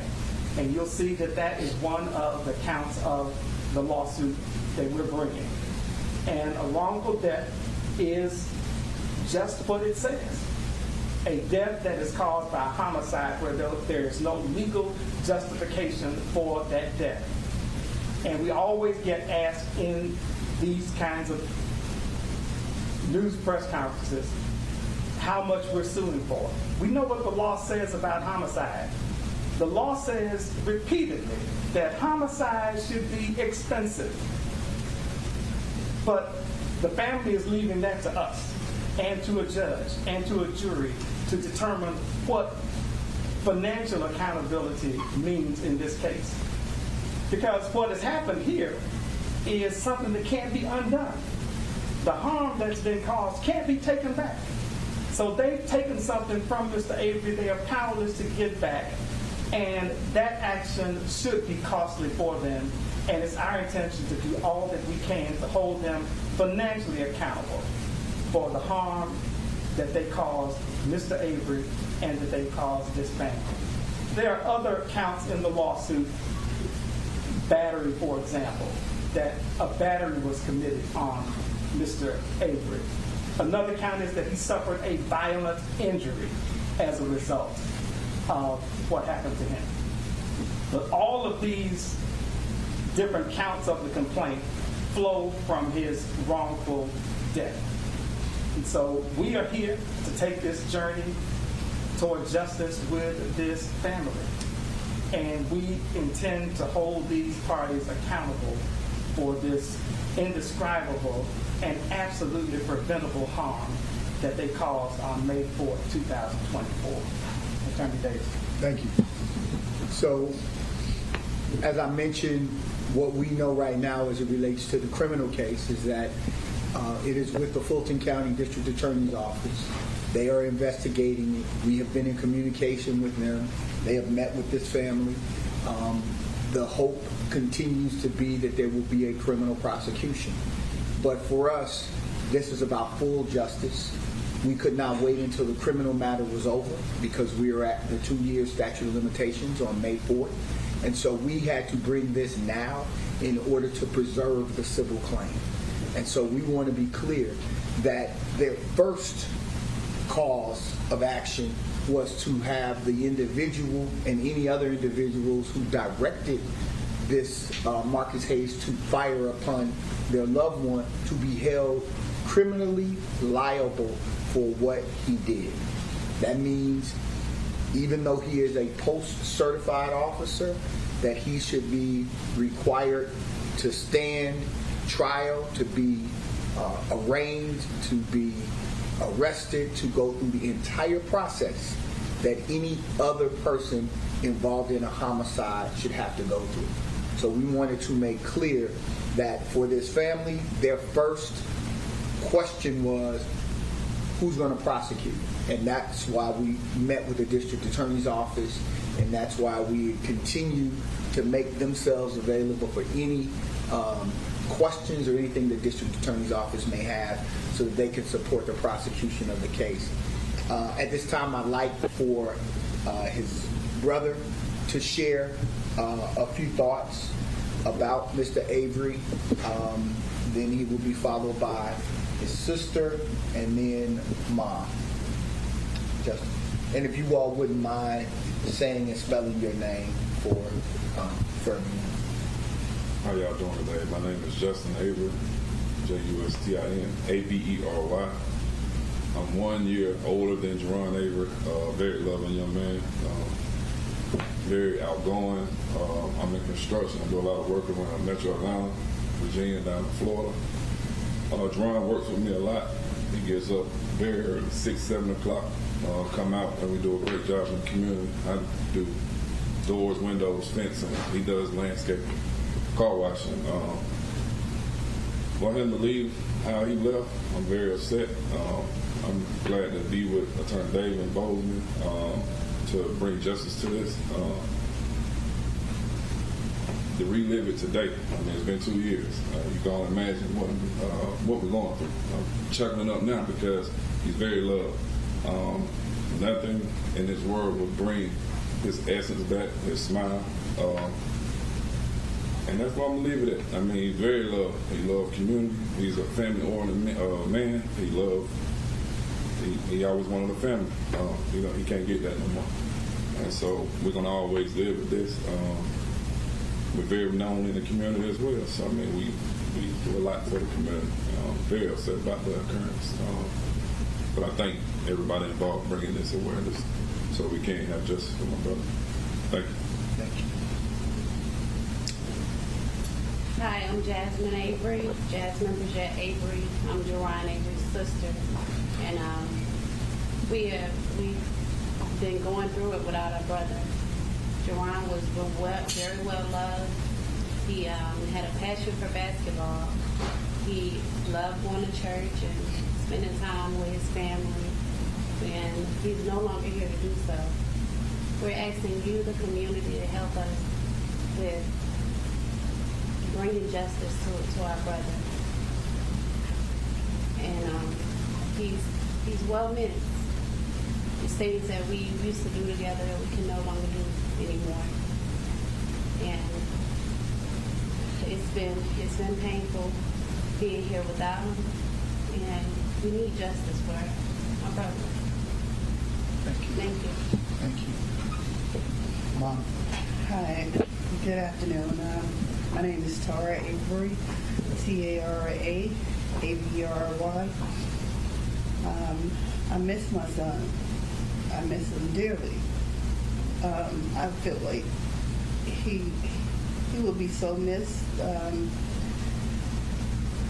He didn't have any family, kids. He dreamed of having a whole family and wife and kids, and I'll never see that. I'll never see his son or daughter.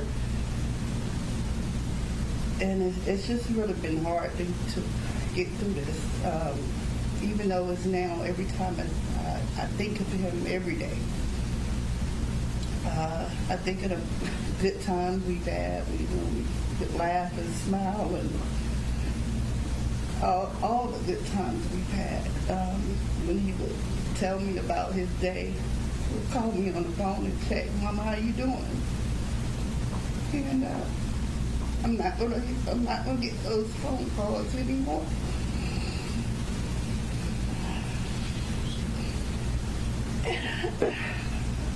So we, the family has provided some photographs of Jerron with him at the beach, with his family, his smile, and as a working man. I think Justin and the whole family has said repeatedly that he was a hard worker. And sadly, that night changed everything for this family. It changed everything for what the future could have been for him. And we know that some of the institutions in this lawsuit are considered Atlanta icons. But everyone has to be held accountable. Even Atlanta icons, iconic businesses, and places of business and entertainment, they still have to be held accountable. A young man lost his life, and so it's our duty to stand with this family, to fight for this family, to ensure that they receive civil and criminal justice throughout this process, and that's what our intentions are. So we'll take questions at this time. Has Mr. Hayes been working at a department or campus police or anything like that? He had been serving as a campus police officer. Yes. What's next as far as the legal process now that you already filed the lawsuit? So we will await their answer to our complaint and our discovery, and we are following up on a monthly basis with the Fulton County District Attorney's Office to check the status of their investigation. But it has been ongoing.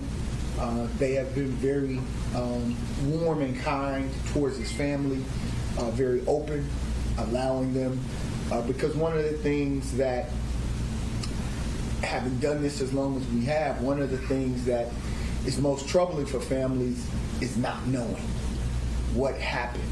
And when they saw the video of what happened, we were all very clear. In fact, our paralegal who was with us, Maya Beatty, we were floored. We've done this for a long time. We just couldn't understand why this security officer would open up fire like that on someone without warning, without saying stop, anything, no direction, just gunfire. What are your thoughts, given the evidence that you've seen, that there have not been any charges brought to you as any? Having done this as long as we have, we know it's a process. We know it's a process. So we as attorneys, and Attorney Spence can share his thoughts, but as attorneys, we know that it takes a while. That does nothing for this family in terms of what they're going through. They wanted someone and believe someone should have been arrested the day after this happened. But because the individual was post-certified, it required a different kind of investigation, which is the process that the DA's office is going through. So the length of time does not indicate to me that charges will not be brought. But again, that's not something that we have control over. We just wanted to keep making this family available to the DA's office so that they could get as much information as they needed to investigate and prayerfully prosecute the case. Attorney Spence, you have any? I think you captured it well. The Fulton County DA's office has been very accessible to this family, and they have kept this family informed of what they're doing. Would we like for this to proceed more quickly? Of course we would. But at the same time, we understand, as Attorney Davis said, that this is a process. They've been very open. They've made the principal players in the investigation of this matter available and accessible to the family. The family has heard from them. And so one thing that you want from your public officials, particularly the elected ones, is for them to feel a certain accountability to the citizenry they represent. And so we believe that we have seen that in this case and believe that that will continue. And we hope that when their process of investigation is concluded, that it will end with a determination by a grand jury that Marcus Hayes and whoever else is responsible will be indicted and will have to face Lady Justice in a court of law. You talked about the Magic City being an icon. Why is that important to you to hold large icons accountable? We hold our firm has been built, our reputation has been built on not being afraid to confront industry giants, not being afraid to hold accountable people who are generally untouchable. For us, we believe that the people have the power, and that lies with a jury. And so, do we want to have to sue these kinds of establishments that people enjoy and entertain themselves? No, we don't want to have to do what we do, but we do it because when there has been a life taken, there has to be accountability. And if you are truly a part of the fabric of Atlanta, then you step up and you take responsibility when someone under your direction does something as horrific as this. And so our hope is that those businesses that are involved will step up and they will acknowledge what happened should not have happened, and that they will take accountability and not put this family through prolonged litigation. But if they decide not to, we're prepared to go to trial and go through that process. And I know this family is a family of faith. They're determined, and I think their love for Jerron will see them through this. And they keep showing up in very difficult spaces. To have to watch the video that they watched, I would not wish that on anyone. To see the last moments of your loved one's life be taken in such a manner is overwhelming. And so we have applauded their courage and have really fed off of their courage and their commitment to this, which led us to file this suit. And illustrative of their faith, as Attorney Davis referred to, even before we walked out here a few minutes ago, we all stood in a circle, clasped hands, and prayed. And what did this family pray for? They didn't pray for vengeance. They prayed for what we know is the best outcome in any circumstance. What they prayed for was that God's will be done. And so we came out, and so you're seeing a prayerful, faith-filled, but grieving family sitting before you today, and we're honored to be with them. Because of this post-certification, is there a procedural disconnect with them being able to discharge a firearm that you've been able to identify? No, it's our position that he was working as a security officer in that capacity, and I think it's very important to distinguish. We believe that he was there to serve as security, to provide services for those who were frequenting Magic City, who were utilizing that parking lot, and he was hired for that purpose. And so he was under the direction of Magic City and APS Valet, and when he fired that weapon, we do not believe that that was a police action, but that those were actions on behalf of the Magic City entities that we have listed, as well as APS Valet.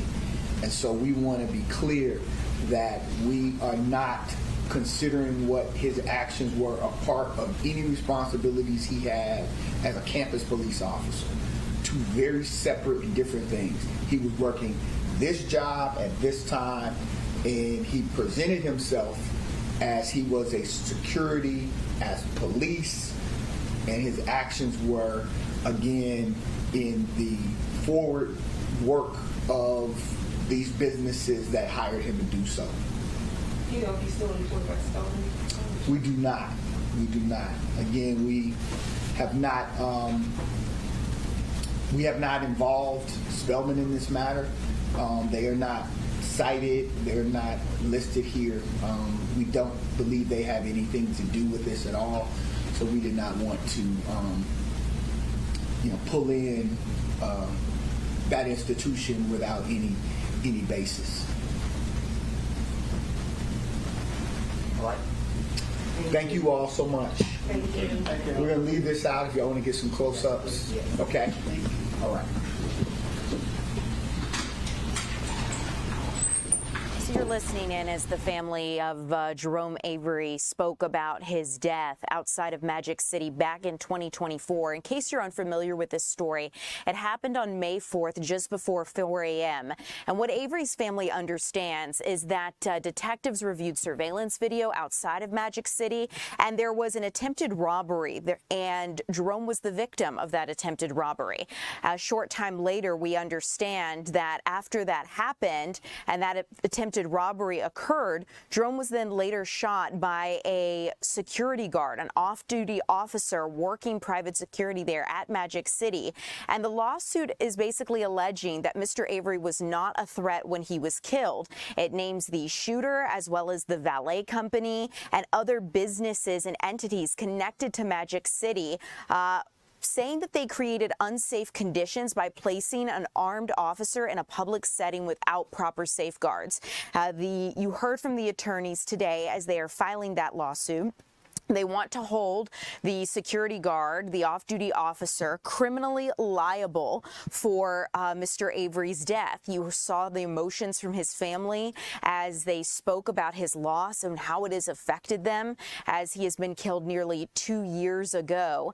We're going to keep you updated as this progresses through the legal channels, and I want to take an opportunity to see real quickly if you guys have any questions about this. Always paying attention here on YouTube and TikTok to see what you guys might have to say. But we'll keep you updated as this progresses forward. Ultimately, the family is trying to understand what the next steps are in terms of justice for their son, their brother. You heard from his mother as well as his brother in this situation. And we'll keep you updated as it progresses forward. But this lawsuit has been filed, and our Deidre Dukes will join us live around 3:30 to help make sense of what is next in the legal process. I'm Ariel Onstott. We'll have more weather for you and news coming up.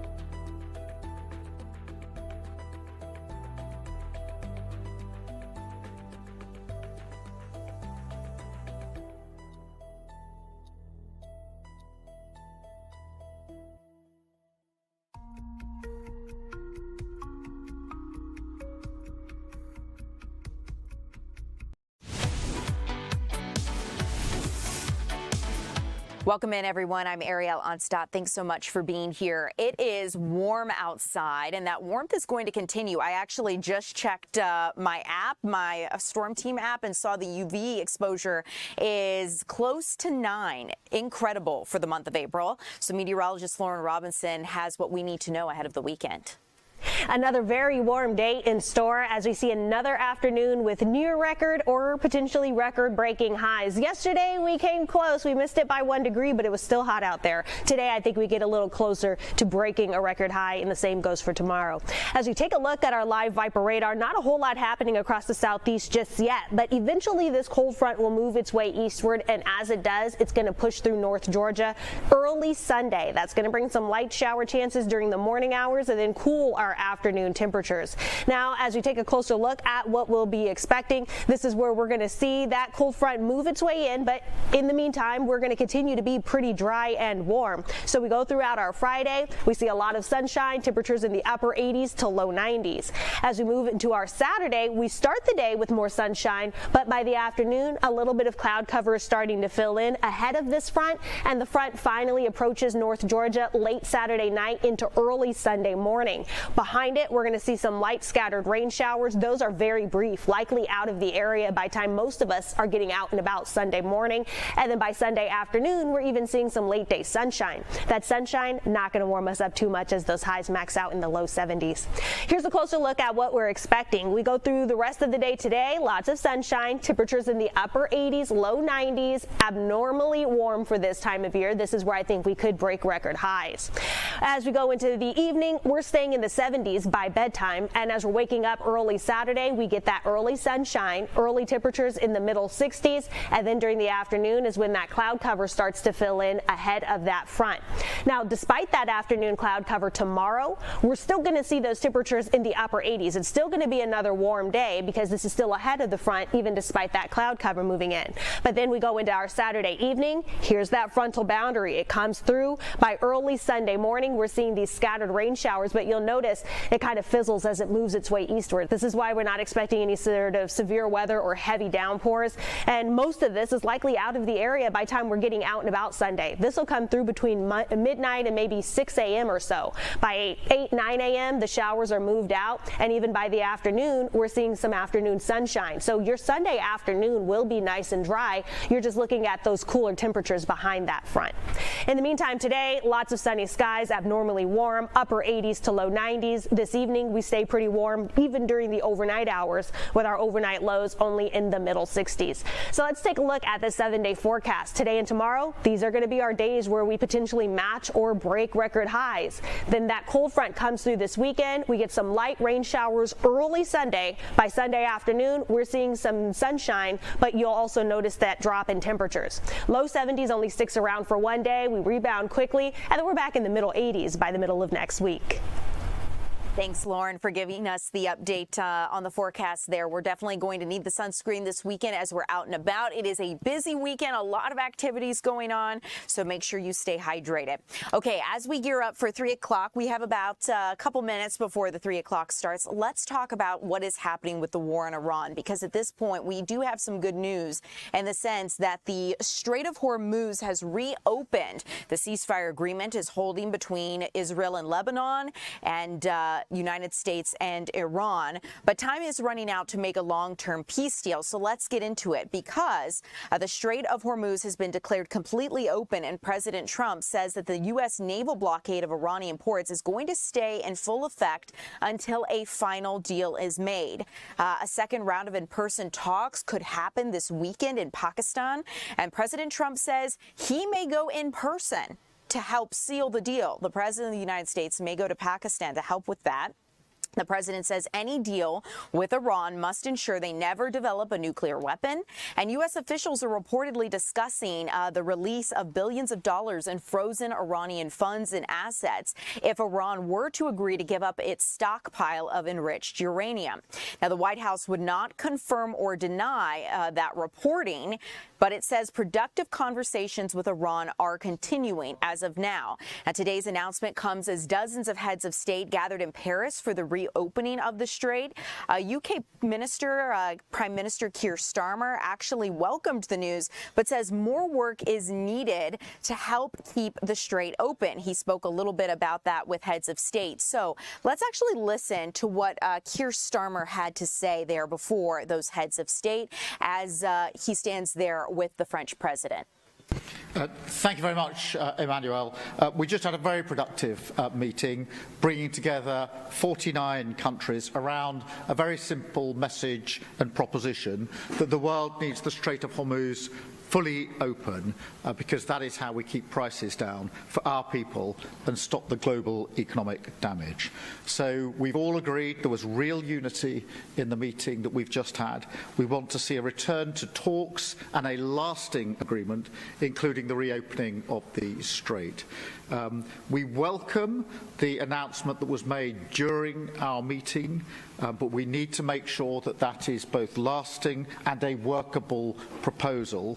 And if anything, it reinforces the need for the work that we've been doing this afternoon, because we're very clear that the mission that we're putting together is a defensive mission and that comes after a ceasefire. So that's why we brought the international group together to indicate how we will play our part. And there are a number of elements. First, to deliver the diplomatic push for peace based on the fundamental principle that the Strait should be reopened immediately with no tolls and no restrictions. And there was absolute unity on those points across all of the states attending today. And that transcends the other differences that countries who are with us this afternoon may have, because the whole world needs to see a solution here. Okay, we'll keep you guys updated as the peace talks continue in Pakistan. We have Tom Haynes here standing by. Tom, what are we looking at ahead for 3 o'clock? Just looking at the markets. They've been up over 1,100 points today on news of the Strait reopening, oil prices going down. But we're also on top of this Atlanta watershed worker suing the city, claiming employees were held against their will. It's a story we've been doing here. Angelique Proctor on top of that here live for us. Coming up here, Ariel, at the top of the 3 o'clock hour on this Friday afternoon. Sounds good. Yeah. Very interesting story, and now that they're filing a lawsuit, I have questions. So, Tom, we'll stay tuned to you to get the latest. And Angelique, I'm Ariel on Stop. More to come at 3.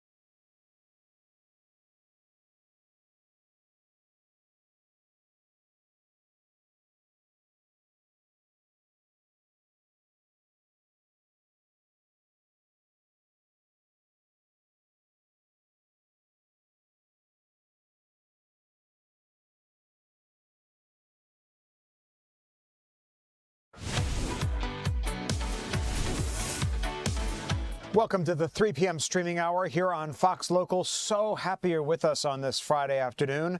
I'm Tom Haynes with you live in the Fox 5 Atlanta newsroom. A lot to get you caught up on this Friday. We have tragic new details in a deadly DeKalb County police chase. Kevin Stewart joins us now live. Kevin, the medical examiner identifying this bystander killed as a 56-year-old woman.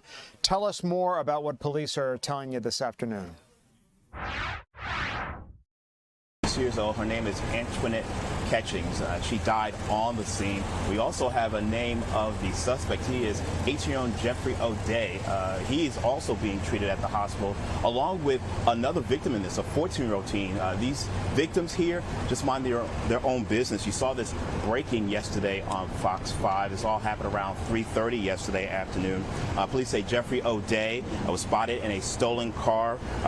Police chased that car around Snapfinger Road and Panola Road, and O'Day sped off and wrecked by Miller Grove Middle School and hit those two victims. I had a chance to talk to a man who was walking by the crash scene. So happens he happened to lose a friend in a chase a few years ago. It was some kids in a stolen vehicle, and they took the police on a high-speed chase, and he was sitting at a red light, and they ran the red light and hit him. The guy that stole the vehicle hit him. That the police was chasing and killed my friend. How did you balance that? Did you blame police or the suspects? Pretty much the police, because they really didn't have to chase him. I mean, it's not that serious sometimes. You know, they put everybody in danger when they do that.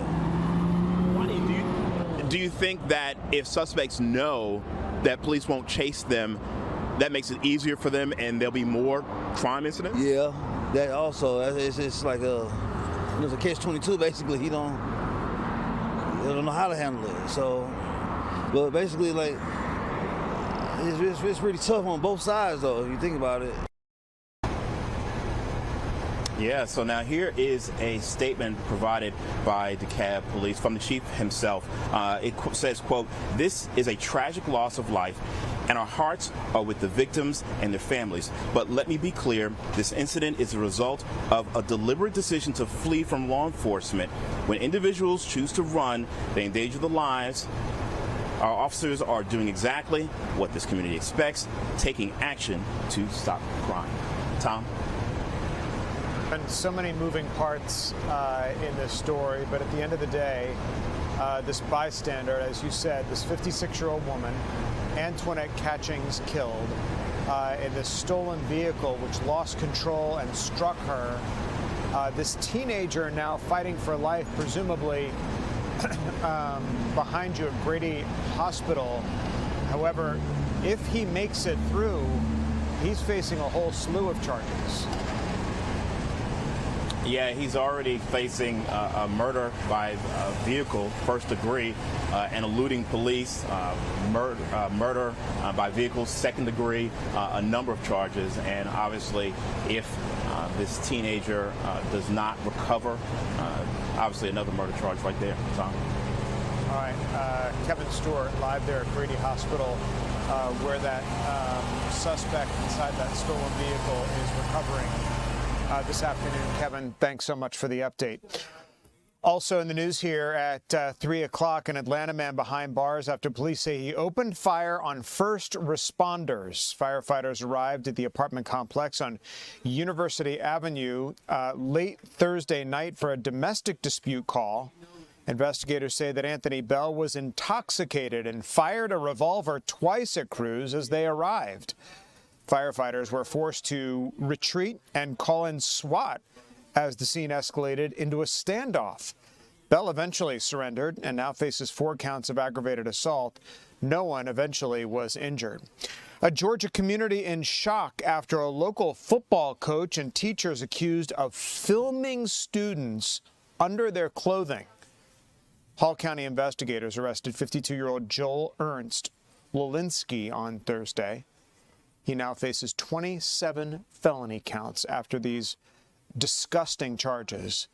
The sheriff's office says that the victims are all girls at Lanier Christian Academy under the age of 16. The school says Lolinski had worked there since 2019 and passed multiple background checks. Lolinski is currently being held at the Hall County Jail on a $175,000 bond. Atlanta police and state troopers cracked down on a massive street racing gathering in northwest Atlanta over the weekend. Officers responded to James Jackson Parkway and Bolton Road early Sunday morning to find over 200 people blocking the entire intersection. Police say the crowd was performing dangerous stunts and preventing drivers from passing.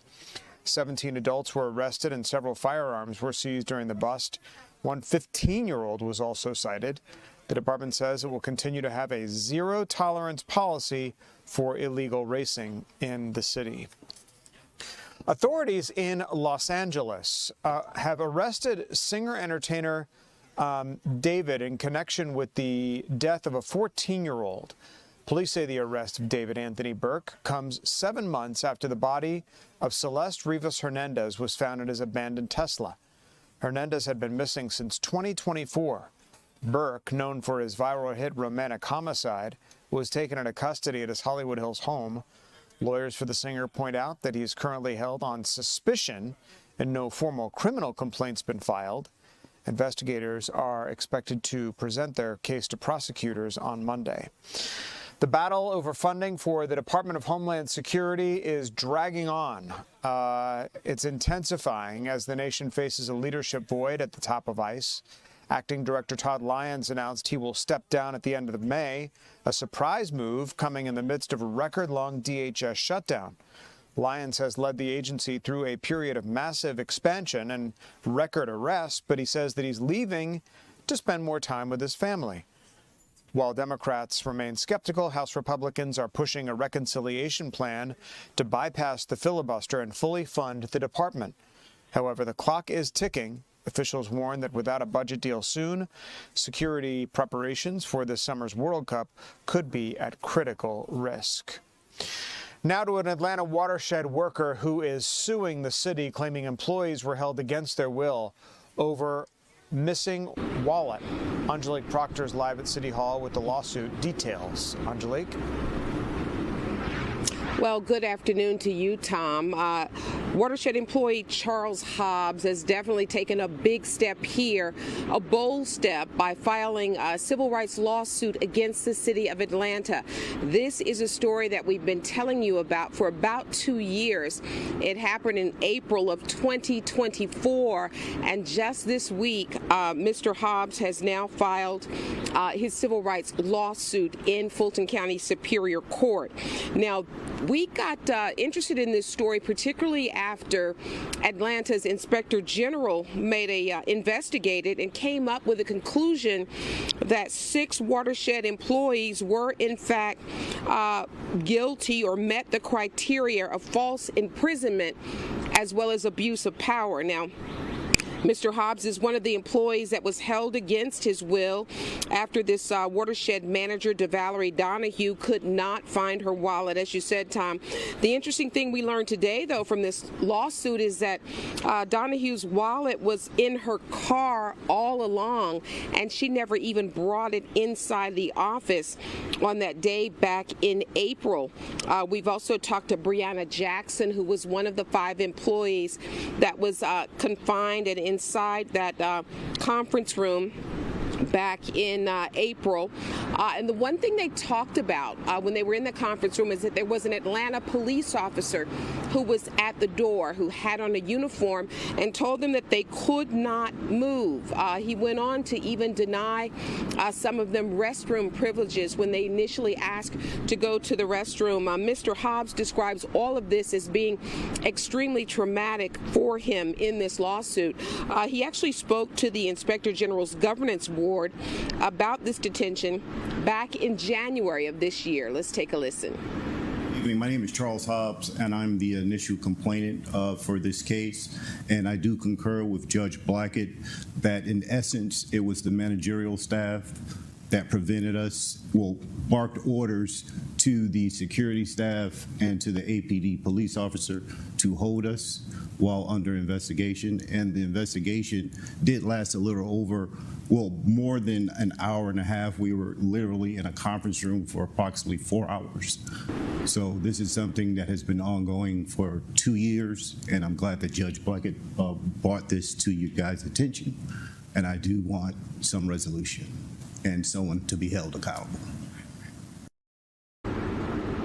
And so Mr. Hobbs definitely wants someone held accountable. He has now filed a lawsuit. One of the things that he did initially was report all of this to Mayor Andre Dickens' office. You might be wondering who all has been identified in the lawsuit.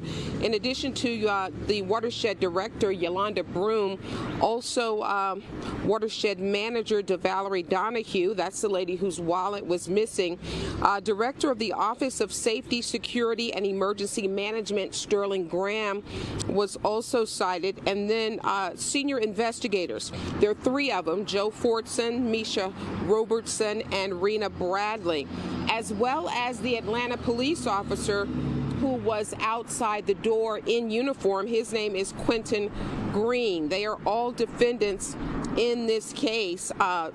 Mr. Hobbs' attorney says that his civil rights were violated under the Constitution of the United States of America. Now, one of the things that raised a whole lot of eyebrows was when the Inspector General came down on Mr. Hobbs' side, basically saying that these 6 employees did in fact cross the line. The city, though, told us that they disciplined these employees. They actually had written warnings for 3 of them and written reprimands for the other 3. The 3 investigators got the reprimands, the managers got the warnings. But the city felt like they dealt with this. But then we talked to PACE, which is the Professional Association of City Employees Union, and their president says that discipline was just a slap on the wrist. Asking for the administration to relook at this, reinvestigate this, and come up with some other disciplinary, because right now a warning and reprimands is not acceptable. This was an egregious act that someone was overzealous and overpowering and abusive of power and violated these employees' rights. Held these people in a room together and would not let them out. That's like hostage. That's a criminal felony offense.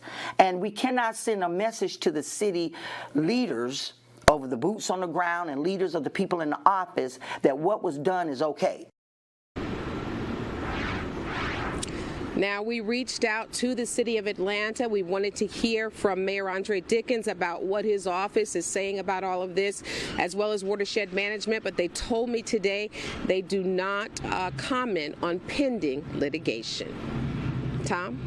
Such an interesting story, Angelique, and such a dramatic lawsuit if you look at it. And it's going to be interesting how the courts handle these complaints from these workers who, say that they were held against their will under extraordinary circumstances. Angelique Proctor. Angelique, thanks. The House votes to extend a controversial surveillance program used by U.S. spy agencies. The vote came after a midnight session on Friday, with House members approving a short-term renewal until after the 30th of April. This centers on a portion of the Foreign Intelligence Surveillance Act, which allows the CIA, the FBI, the NSA to collect and analyze overseas communications without a warrant. Speaker, we're here today to debate a rule on H.R. 8035, which would extend FISA 702. Currently, it faces expiration on April 20th of 2026. Let me be clear at the outset. We cannot allow Section 702 to lapse, not at a moment where our adversaries are expanding their capabilities, accelerating their operations, and exploiting every gap in our intelligence posture. Allowing this authority to expire would leave the United States blind to threats that move at the speed of the modern conflict. Mr. Speaker, are you kidding me? Who the hell is running this place? A 5-year reauthorization, 5 years, and Republicans threw it together on the back of a napkin in a back room in the middle of the night. There have been real bipartisan discussions about adding civil liberties and safeguards. Some members support them, some oppose them, but just about everyone agrees that this is serious stuff, the kind of debate that Congress ought to have in the open. Instead, Republican leadership just jammed us. Does anybody actually know what the hell is in this thing?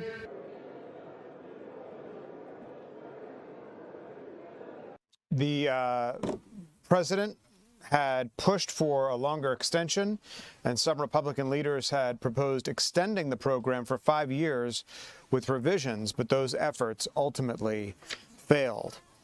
Iran says that it is opening the Strait of Hormuz. Now it's completely open, but time is running out for the regime to make a longer-term peace deal. In a major sign, the Iranian regime is feeling the pressure. The country's foreign minister announcing Friday the Strait of Hormuz is declared completely open. The president said that he is working out the completion of a deal that pretty much all of the terms have been agreed to. He says that the naval blockade of Iranian ports will stay in full effect until a final deal is made. The British Prime Minister spoke today about the circumstances surrounding the reopening of the strait. Thank you very much, Emmanuel. We just had a very productive meeting, bringing together 49 countries around a very simple message and proposition that the world needs the Strait of Hormuz fully open because that is how we keep prices down for our people and stop the global economic damage. So we've all agreed, there was real unity in the meeting that we've just had. We want to see a return to talks and a lasting agreement, including the reopening of the strait. We welcome the announcement that was made during our meeting, but we need to make sure that that is both lasting and a workable proposal. And if anything, it reinforces the need for the work that we've been doing this afternoon, because we're very clear that the mission that we're putting together is a defensive mission and that comes after a ceasefire. So that's why we brought the international group together to indicate how we will play our part. And there are a number of elements. First, to deliver the diplomatic push for peace based on the fundamental principle that the strait should be reopened immediately with no tolls and no restrictions. And there was absolute unity on those points across all of the states attending today. And that transcends the other differences that countries who are with us this afternoon may have, because the whole world needs to see a solution here. All right, that's the British Prime Minister speaking about the strait reopening. Meantime, President Trump is about to depart Las Vegas. He was in Las Vegas to tout his No Tax on Tips initiative, which passed as part of the Big Beautiful Bill last year. The president, getting the idea of no tax on tips, according to him, from a waitress in Vegas who said, you know what, Mr. President, it would be great if we didn't have to pay taxes on tips. And the president looked at her and said, wait a second, that's actually a great idea. No tax on tips during his campaign. And so then he started campaigning on no tax on tips, wrote it into the Big Beautiful Bill, and now that is the law of the land. So the president there visiting Trump International Hotel in Las Vegas. He goes from here out to Arizona, where he's going to speak at a Turning Point USA rally before heading back to Washington. News of the opening of the strait and a possible deal with Iran sending the markets into a frenzy today. At one point, the Dow Jones Industrial Average touched nearly 1,200 points up, pushing the Dow very, very close to its record high of 50,000. The Dow up now, equities 845 points, with the Dow Jones sitting at 49,427. All of the indexes are up for the day, the NASDAQ Composite and the S&P 500 index. We will be watching the markets to see how they close the trading session here in the next 40 minutes.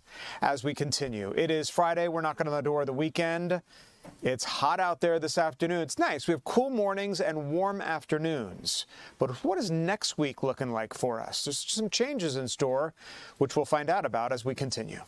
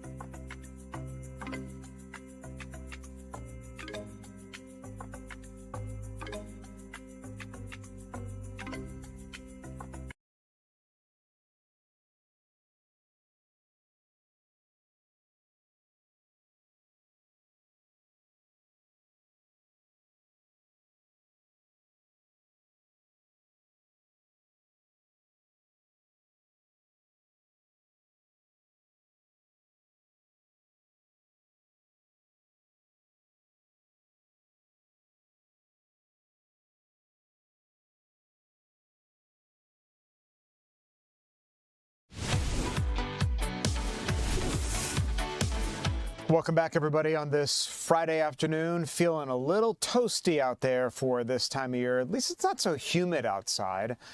Meteorologist Lauren Robinson is here tracking how the rest of our weekend is going to unfold for us, plus into next week for us.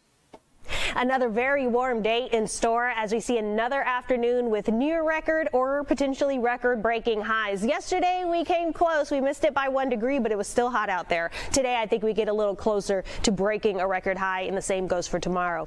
As we take a look at our live Viper radar, not a whole lot happening across the southeast just yet, but eventually this cold front will move its way eastward, and as it does, it's going to push through North Georgia early Sunday. That's going to bring some light shower chances during the morning hours and then cool our afternoon temperatures. Now, as we take a closer look at what we'll be expecting, this is where we're going to see that cold front move its way in, but in the meantime, we're going to continue to be pretty dry and warm. So we go throughout our Friday, we see a lot of sunshine, temperatures in the upper 80s to low 90s. As we move into our Saturday, we start the day with more sunshine, but by the afternoon, a little bit of cloud cover is starting to fill in ahead of this front, and the front finally approaches North Georgia late Saturday night into early Sunday morning. Behind it, we're going to see some light scattered rain showers. Those are very brief, likely out of the area by the time most of us are getting out and about Sunday morning. And then by Sunday afternoon, we're even seeing some late day sunshine. That sunshine not going to warm us up too much as those highs max out in the low 70s. Here's a closer look at what we're expecting. We go through the rest of the day today. Lots of sunshine, temperatures in the upper 80s, low 90s, abnormally warm for this time of year. This is where I think we could break record highs. As we go into the evening, we're staying in the 70s by bedtime, and as we're waking up early Saturday, we get that early sunshine, early temperatures in the middle 60s, and then during the afternoon is when that cloud cover starts to fill in ahead of that front. Now, despite that afternoon cloud cover tomorrow, we're still going to see those temperatures in the upper 80s. It's still going to be another warm day because this is still ahead of the front, even despite that cloud cover moving in. But then we go into our Saturday evening. Here's that frontal boundary. It comes through by early Sunday morning. We're seeing these scattered rain showers, but you'll notice it kind of fizzles as it moves its way eastward. This is why we're not expecting any sort of severe weather or heavy downpours, and most of this is likely out of the area by the time we're getting out and about Sunday. This will come through between midnight and maybe 6 a.m. or so. By 8, 9 a.m. the showers are moved out, and even by the afternoon we're seeing some afternoon sunshine. So your Sunday afternoon will be nice and dry. You're just looking at those cooler temperatures behind that front. In the meantime, today, lots of sunny skies, abnormally warm, upper 80s to low 90s. This evening we stay pretty warm even during the overnight hours, with our overnight lows only in the middle 60s. So let's take a look at the 7-day forecast. Today and tomorrow, these are going to be our days where we potentially match or break record highs. Then that cold front comes through this weekend. We get some light rain showers early Sunday. By Sunday afternoon, we're seeing some sunshine, but you'll also notice that drop in temperatures. Low 70s only sticks around for one day. We rebound quickly, and then we're back in the middle 80s by the middle of next week. All right, Lauren, thanks. You know, a couple of minutes ago, we mentioned how President Trump is headed out to Arizona for a Turning Point USA rally about to leave Las Vegas. Lawyers for Tyler Robinson, defense attorneys, are arguing in court right now about certain evidence which should or should not be admissible in court. specifically ballistics evidence, and whether cameras should be allowed in court as well. They're also arguing the possibility of the merits of delaying the start of this trial. I want to listen in real quick to a little bit of what the attorneys are saying. Okay.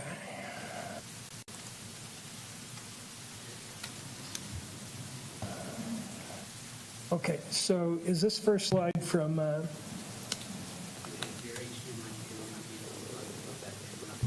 it's not in there?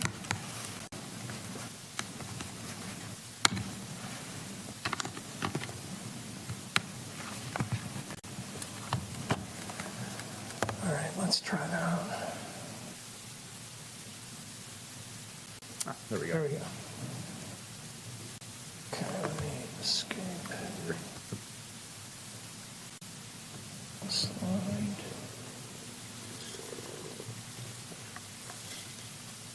Okay. Did you skip the previous, Yeah, let me go back. 19? There you go. There we go. So is this, as you indicate on the slide here, this is ABC's coverage of the September 16th, 2025 WebEx appearance? Yes.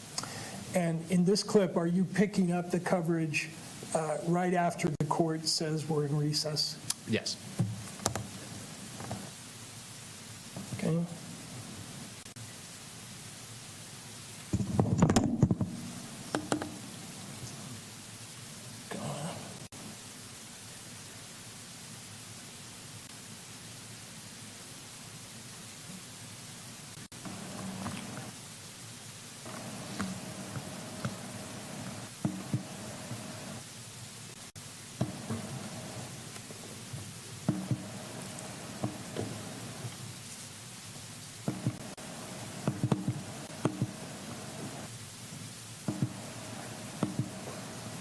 What's going on?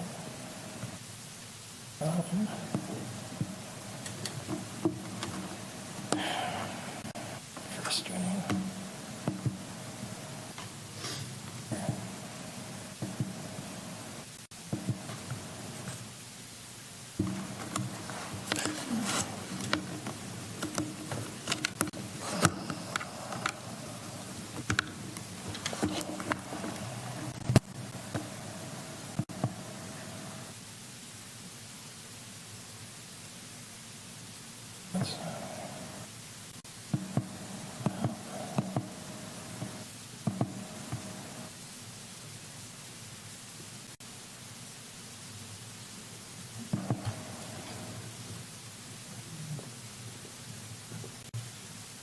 No, it's not.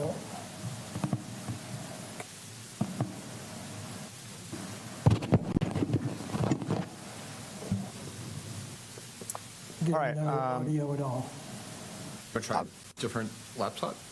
Obviously, you know, a couple awkward moments in court here as that witness is on the stand. I'm presuming they're trying to work out a couple of technical difficulties in the Tyler Robinson case, just trying to listen as I talk to you. But as I mentioned, the defendant accused of murdering Charlie Kirk at the Turning Point USA rally in Utah, his defense attorneys are arguing certain evidence admission, specifically some ballistics evidence, and whether cameras should be allowed in the courtroom.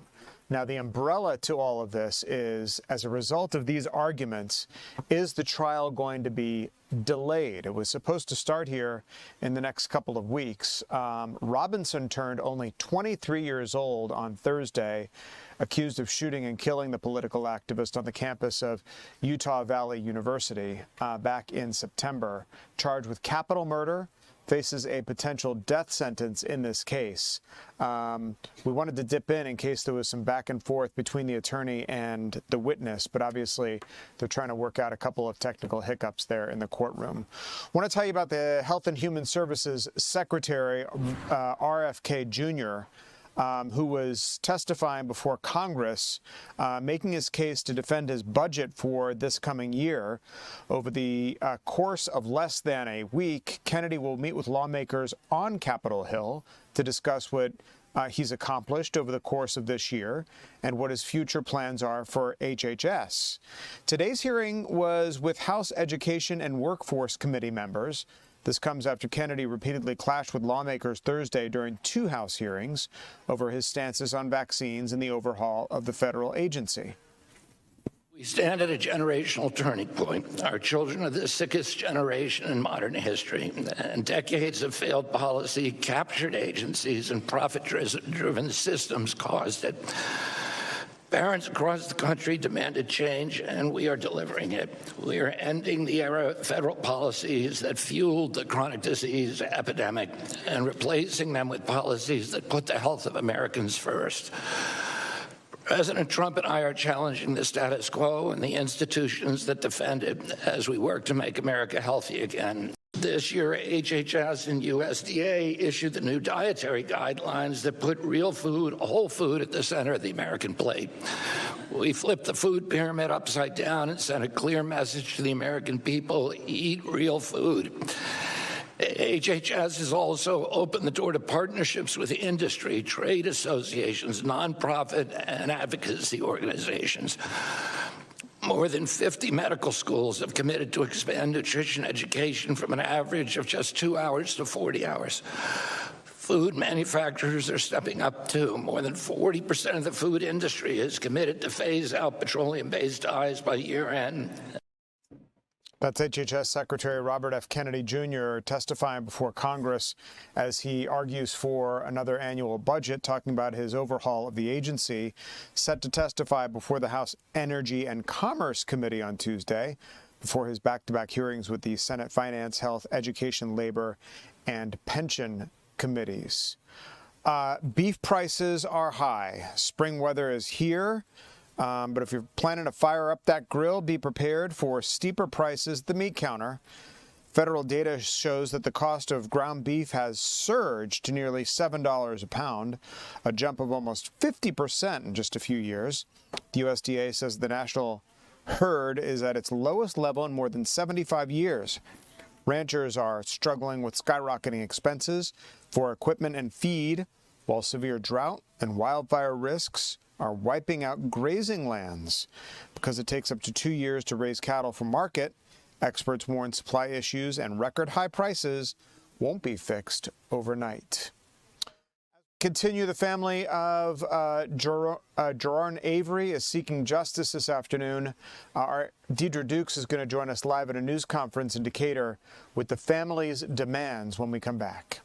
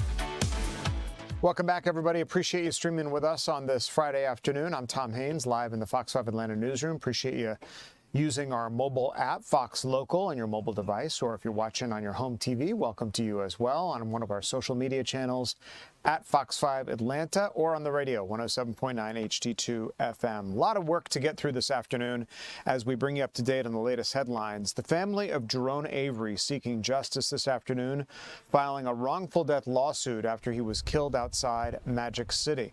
They claim an off-duty officer opened fire while Avery was walking away from an attempted robbery. Deidre Dukes live for us at the news conference in Decatur where the family's demands were laid out today. Deidre? That's right, Tom, and we were told that attorneys for the family filed suit just yesterday. The family and attorneys giving really a heart-wrenching, disturbing account of what they say happened. They say that account was backed up by video surveillance that they say captured the actual shooting. They say that Mr. Avery was walking across the street away from Magic City, his back towards the off-duty officer after having been robbed, when he says that off-duty officer Marcus Hayes, an off-duty Spelman College officer who was working private security for APS Valet at the time, opened fire on him, shooting him 6 times in the back. Now, the medical examiner did rule Avery's death a homicide. So the suit names Hayes, the valet company, Magic City, and entities connected to the strip club. It alleges they created unsafe conditions by placing an armed officer in a public setting without proper training or supervision. The family attorneys say that their surveillance video proves Avery was not a threat when he was killed. And the Avery family said today that this lawsuit is about more than money. It is about accountability. I miss my son. I miss him dearly. I feel like he will be so missed. He didn't have any family, kids. He dreamed of having a whole family and wife and kids, and I never see that. I never see his son or daughter. And it's just really been hard to get through this, even though it's now every time I think of him every day.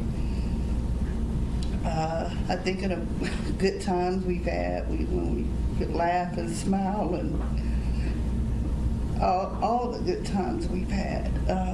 When he would tell me about his day, he would call me on the phone and check, "Mama, how you doing?" And I'm not gonna get those phone calls anymore. Now, we're told that the Fulton County DA's office is still investigating this case, and the family does hope that ultimately the officer will face criminal charges. And Deidre, on that note, you know, obviously the family wants some answers. They want justice. They want this case adjudicated in the name of their son. How quickly might that happen? In other words, what happens to this process moving forward?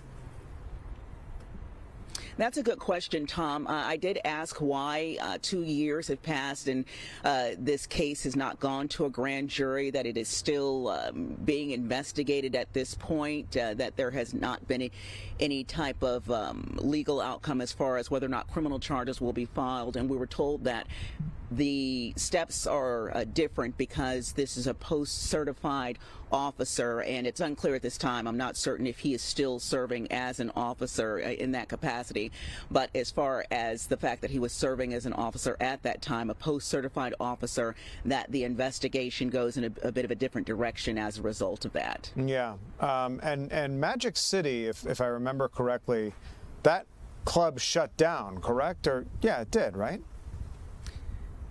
No, Magic City is still operating. It is known as quite an institution, an icon here, not only in the city of Atlanta, but actually around the world. Part of the culture of the city, still open, and it is expected that we will possibly, of course, this is because it's a civil matter. Attorneys for Magic City may not comment regarding the case, but we may be hearing from them in reaction to this suit that was filed just yesterday. Yeah, maybe I was thinking of another club where something else happened, but you're right.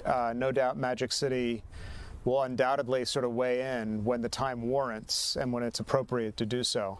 Deidre Duke's covering the family's angst for us this afternoon in that news conference and the possible legal next steps. Deidre, thanks so much for that live report. A violent fugitive is off the streets this morning in a high-stakes federal raid in DeKalb County. U.S. Marshals captured Leonard Campbell at a home on Thursday after he initially refused to come out. Campbell was wanted for conspiracy to distribute fentanyl and methamphetamine.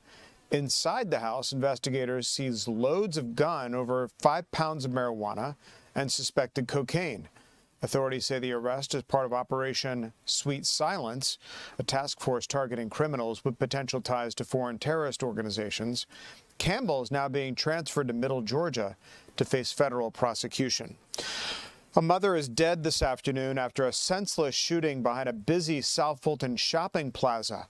Police found the woman shot to death near her car on Cascade Road late Thursday morning. Co-workers say the victim had just left her job nearby for a lunch break and never returned. She leaves behind a 2-year-old child. Investigators spent the afternoon searching the parking lot for clues, but so far, no suspect description has been released. Friends and family are now pleading for the shooter to turn themselves in. Also in the news here at 3 o'clock, a fallen hero is being remembered 1 year after a tragic crash took his life. Take a look here. Community members and fellow officers gathered Thursday for a candlelight vigil honoring South Fulton Captain Elio Armando Garcia III. Garcia, a Marine and a father of 4, was killed in 2025 when an accused drunk driver slammed head-on into his patrol car. His widow described the past year as an emotional roller coaster, but says that she is comforted by the outpouring of support. The state now plans to name the intersection at I-85 and Flat Shoals Road in his honor, recognizing his 16 years of service to that community. Heavy flames tore through a DeKalb County apartment complex Thursday, leaving 12 units damaged at the Concord Crossing apartments. This is a story you saw unfold live here during the 3 p.m. streaming hour on Fox Local.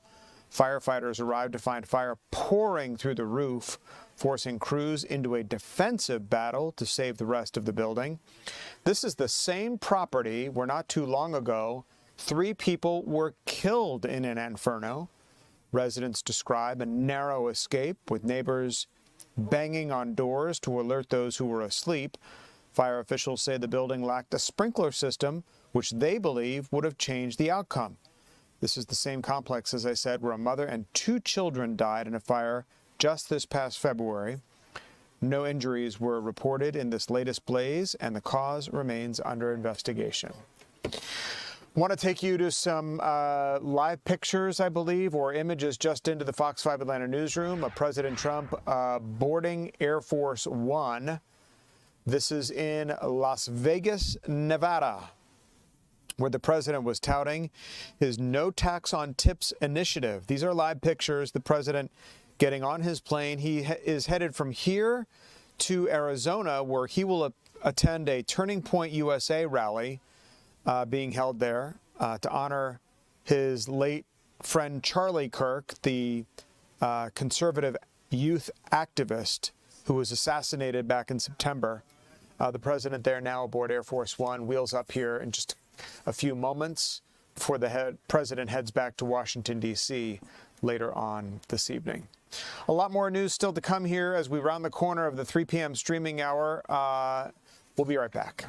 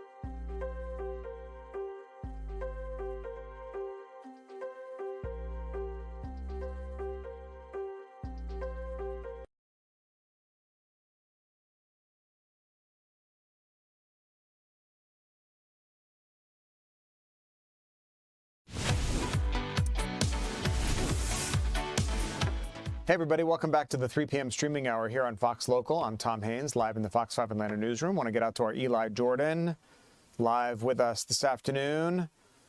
Looking very Friday in your sunglasses and your hat. Out celebrating a ribbon-cutting ceremony, Eli, of a great artist, L. Rand, the unveiling of a sculpture of his well-known L5P there in the plaza. Tell us a little bit more about where you are and what's going on. Hey, Tom. Yeah, I am at Finley Plaza, a big open space here in front of all the businesses and Little 5 Points. They have been working for several years to refurbish, update this area.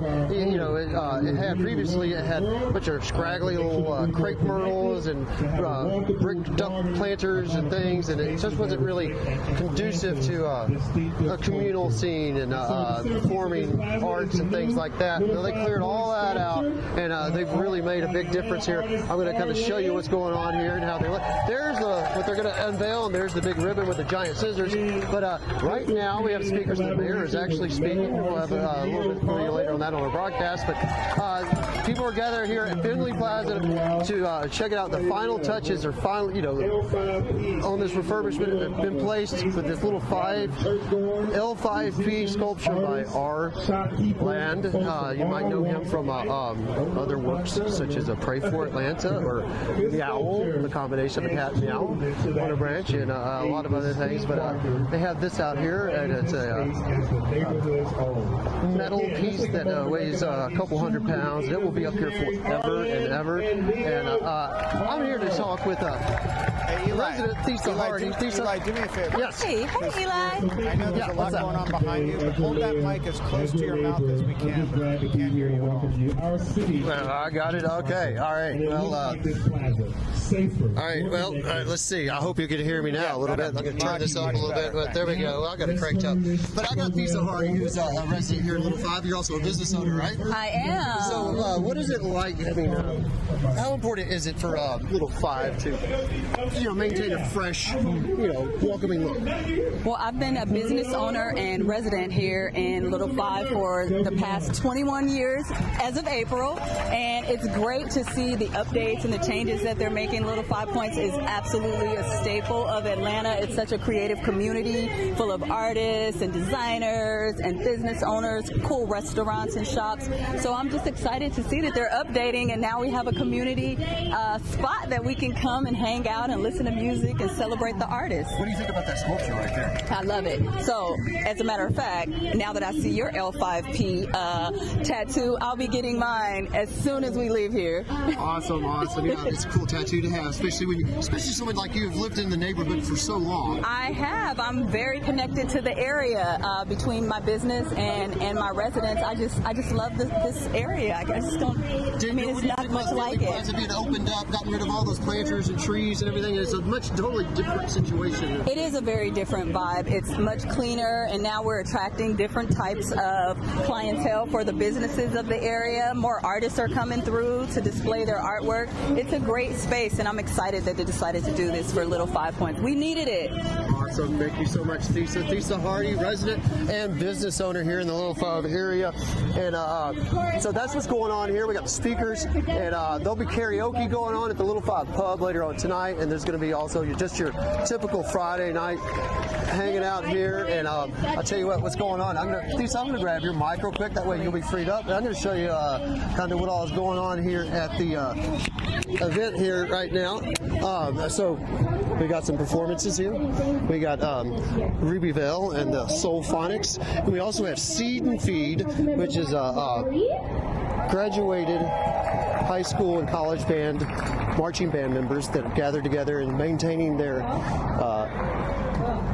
band scene, and they'll be performing, but you can see the crowd here as I walk by and stage and past everybody. But here's Seed and Feed. They're a really good, known around eclectic, cool marching band in the neighborhood. They're a lot of fun. And of course, we got your small businesses here. Now, small business is the backbone of the American economy and the backbone of Atlanta's economy. and they employ pretty much 99% of all employees in America. So small business is very important, and that's why we promote little things happening in Little 5, because it's a very high concentration of independent small businesses, and that's what keeps Atlanta, and Little 5 what Little 5 is the small businesses. Big boxes, big company box, corporate businesses, well, they wouldn't fit in well here, and if they did come in here, it would totally change the scene of Little 5 Points. And they like the earthy, organic, hippie, bohemian feel of Little 5 Points, and that's really, the mayor was saying Little 5 Points represents Atlanta better than any other neighborhood. It's a really great cross-section of what Atlanta is like. We got King of Pops here, but it's an exciting event here at Finley Plaza as they're finally putting on their final touches of their years-long renovation of the Finley Plaza, making it a more welcoming communal space for gatherings, performances, and just hanging out and shopping, chilling out, and having a good time. But that's what's going on here as they get ready to ribbon cut for Finley Plaza with the art by R. Land, with the big giant scissors and the city ribbon and the new sculpture. Tom? What is L5P, and then what are the scissors? Like, what does all this signify? All right, so L5P is Little 5 Points. That makes sense. And that's just the logo. And then this is the ribbon for the ribbon cutting, because they're celebrating the new day here. And the big giant scissors, it's for photo purposes, because they're like, hey, look, we got scissors out here. We're going to cut this. It's a big day. We got big scissors. So that's what all that's about. It's Friday, and I'm out of brain bandwidth, Eli. But it's kind of cool because this plaza is, I know you're sort of a proud frequenter of Little 5 Points, and this plaza has sort of been under construction for a while. They've been trying to get it together and built, and it looks beautiful. Oh yeah, I think it's much more welcoming. You got a lot more sun. Now they do have trees lined up along here that need to grow up, and that will eventually provide shade over the next few years. But previously, Finley Plaza had a lot of planters in the middle of it. You really couldn't see through it and see what was around the corner, which kind of made it a little bit sketchy sometimes. And you might run into some things that maybe some people left behind when they couldn't use the facilities at restaurants and stuff like that. So, but then you open this up, you get rid of those nooks and crannies and hiding places, and you also open it up. This openness provides an area for performing arts, bands to play, come out here and just maybe play some hacky sack or something, but it's a lot more welcoming and for communal events, and it's just a new day here in Little 5 Points at Finley Plaza. L5P, Finley Plaza, where lots going on this afternoon, and beautiful weather to do it. Eli Jordan, live for us there. Eli, thanks. And thank you for joining us here for the 3 p.m. streaming hour on this Friday afternoon. I'm Tom Haines, live in the Fox 5 Atlanta newsroom. Don't go anywhere. The news continues right here, right now.